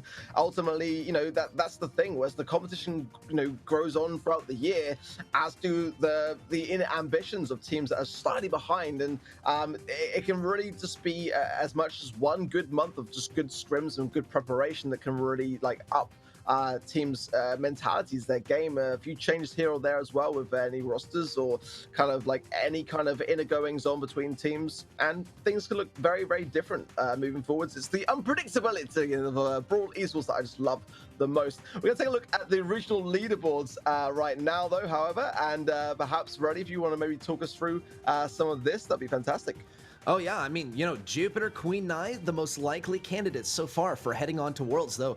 Tropa, Suprema, they were looking quite nice versus Queen Nai. Of course, WNS and Tropa Suprema, pretty tied up here. WNS, we didn't see them this year, actually, or not this year, this month, jeez. But in our past months, they have had a really nice performance as well. Tropa Suprema and Queen Nai probably, going to be fighting over the spot, especially considering what a close match it was. We'll also see Tropa Suprema and Jupiter face off in the upcoming months, though I think one thing is going to remain consistent as well, and that is that we're going to see Tropa Suprema change up their name once again, so it's not going to be Tropa Suprema versus Jupiter. It's going to be something else versus Jupiter or versus Queen Nai. I'm looking forward to next month, but that's what we got our eye on heading into July. If at first you don't succeed, change your team name and hope for the best. I mean, yeah, WNS, like you rightly say, is a team that we didn't see this month. I'm kind of curious to see whether we will. I know that Moding took a step back from competitive. It seemed that every player that we did in the Grind Guide series kind of gradually decided to leave competitive this year, and he was Grind Guide number 2. Yeah, there's still a lot of competition potentially on the way as the competition unfolds. I'm really curious to see who is going to make their mark, and making marks today is what we saw in a lot of plays that we witnessed. Some amazing, incredible moments. Was there anything in particular that struck to you, Teddie, and let's see whether it matches up with what we got lined up? I mean, I think that overall Jupiter's ability to both combine raw mechanical skill and teamwork just made them shine throughout the day, showing some amazing stuff both in individual plays but also as a team, and I think that is why they are such a dominant team in this region. Yeah, I mean, ultimately, having that consistency to come back and make fantastic plays is what it's all about here. This was a moment that we saw in a hot zone. I believe that, Reddy, you were casting this when I was watching in awe. Talk us through what happened here in these final closing moments. Yeah, I mean, Tropa Suprema, right? Looking to bring this one back here. Marlix is ready with the pull, the speed as well. And Tropa Suprema, they're looking so strong on this point. Some good shots from Dempsey as well, but here comes Marlix with the pull, and it's all just coming together. Queen Nai looking to take back the control of the point, but Tropa Suprema, they just won't leave. And it was so close, it got to 99% to 100. Queen Nai, they're looking to bring it back. Look how close it got. They managed to take it back, Tropa Suprema. I mean, Queen Nai, they were coming back for the take back of the century. I think really if we just seen Queen Nai move on the point just a moment sooner, then it could have gone slightly differently, but slightly differently is all we needed really to see the 100% versus the 99% there. It was so close. Of course, that one went to Queen Nai, but Tropa Suprema, I mean, showing that they are a strong competitor and they're able to compete toe-to-toe with Queen Nai, or likely candidate for our second team heading to Worlds.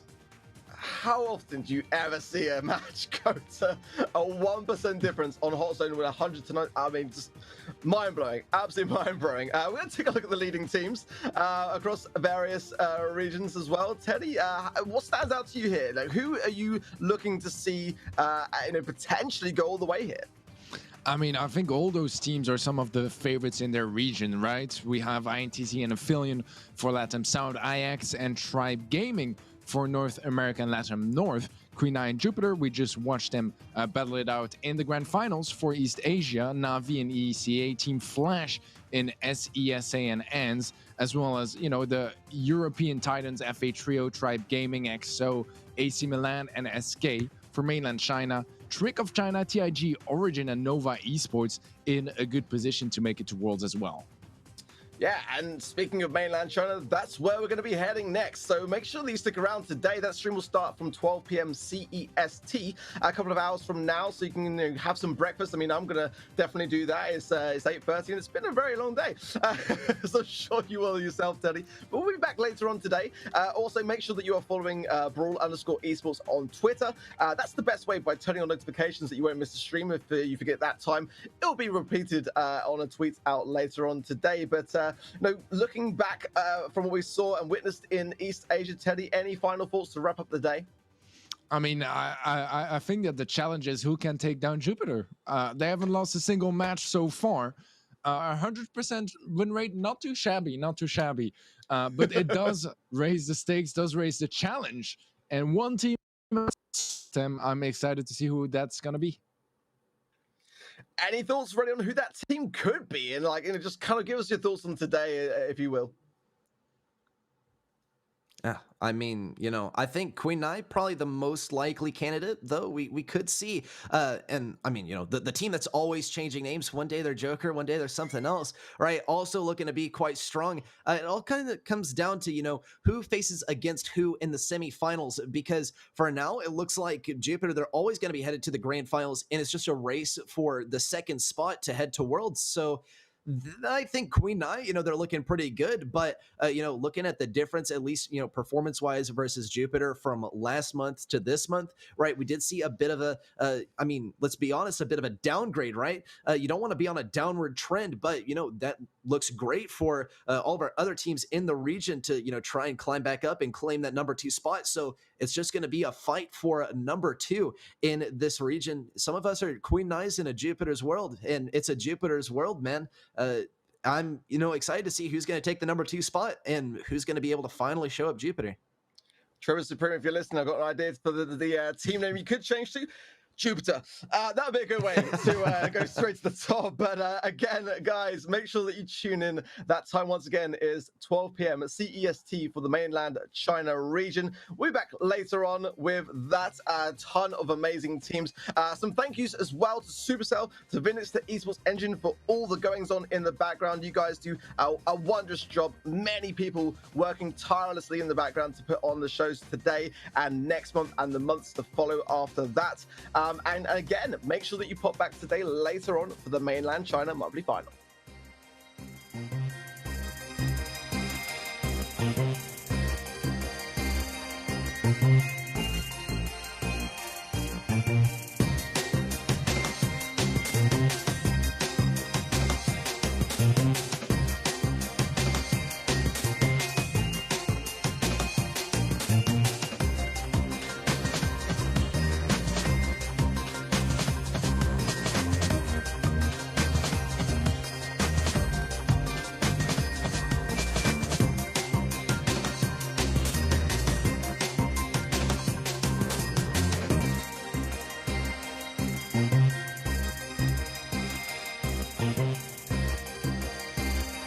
Mm-hmm.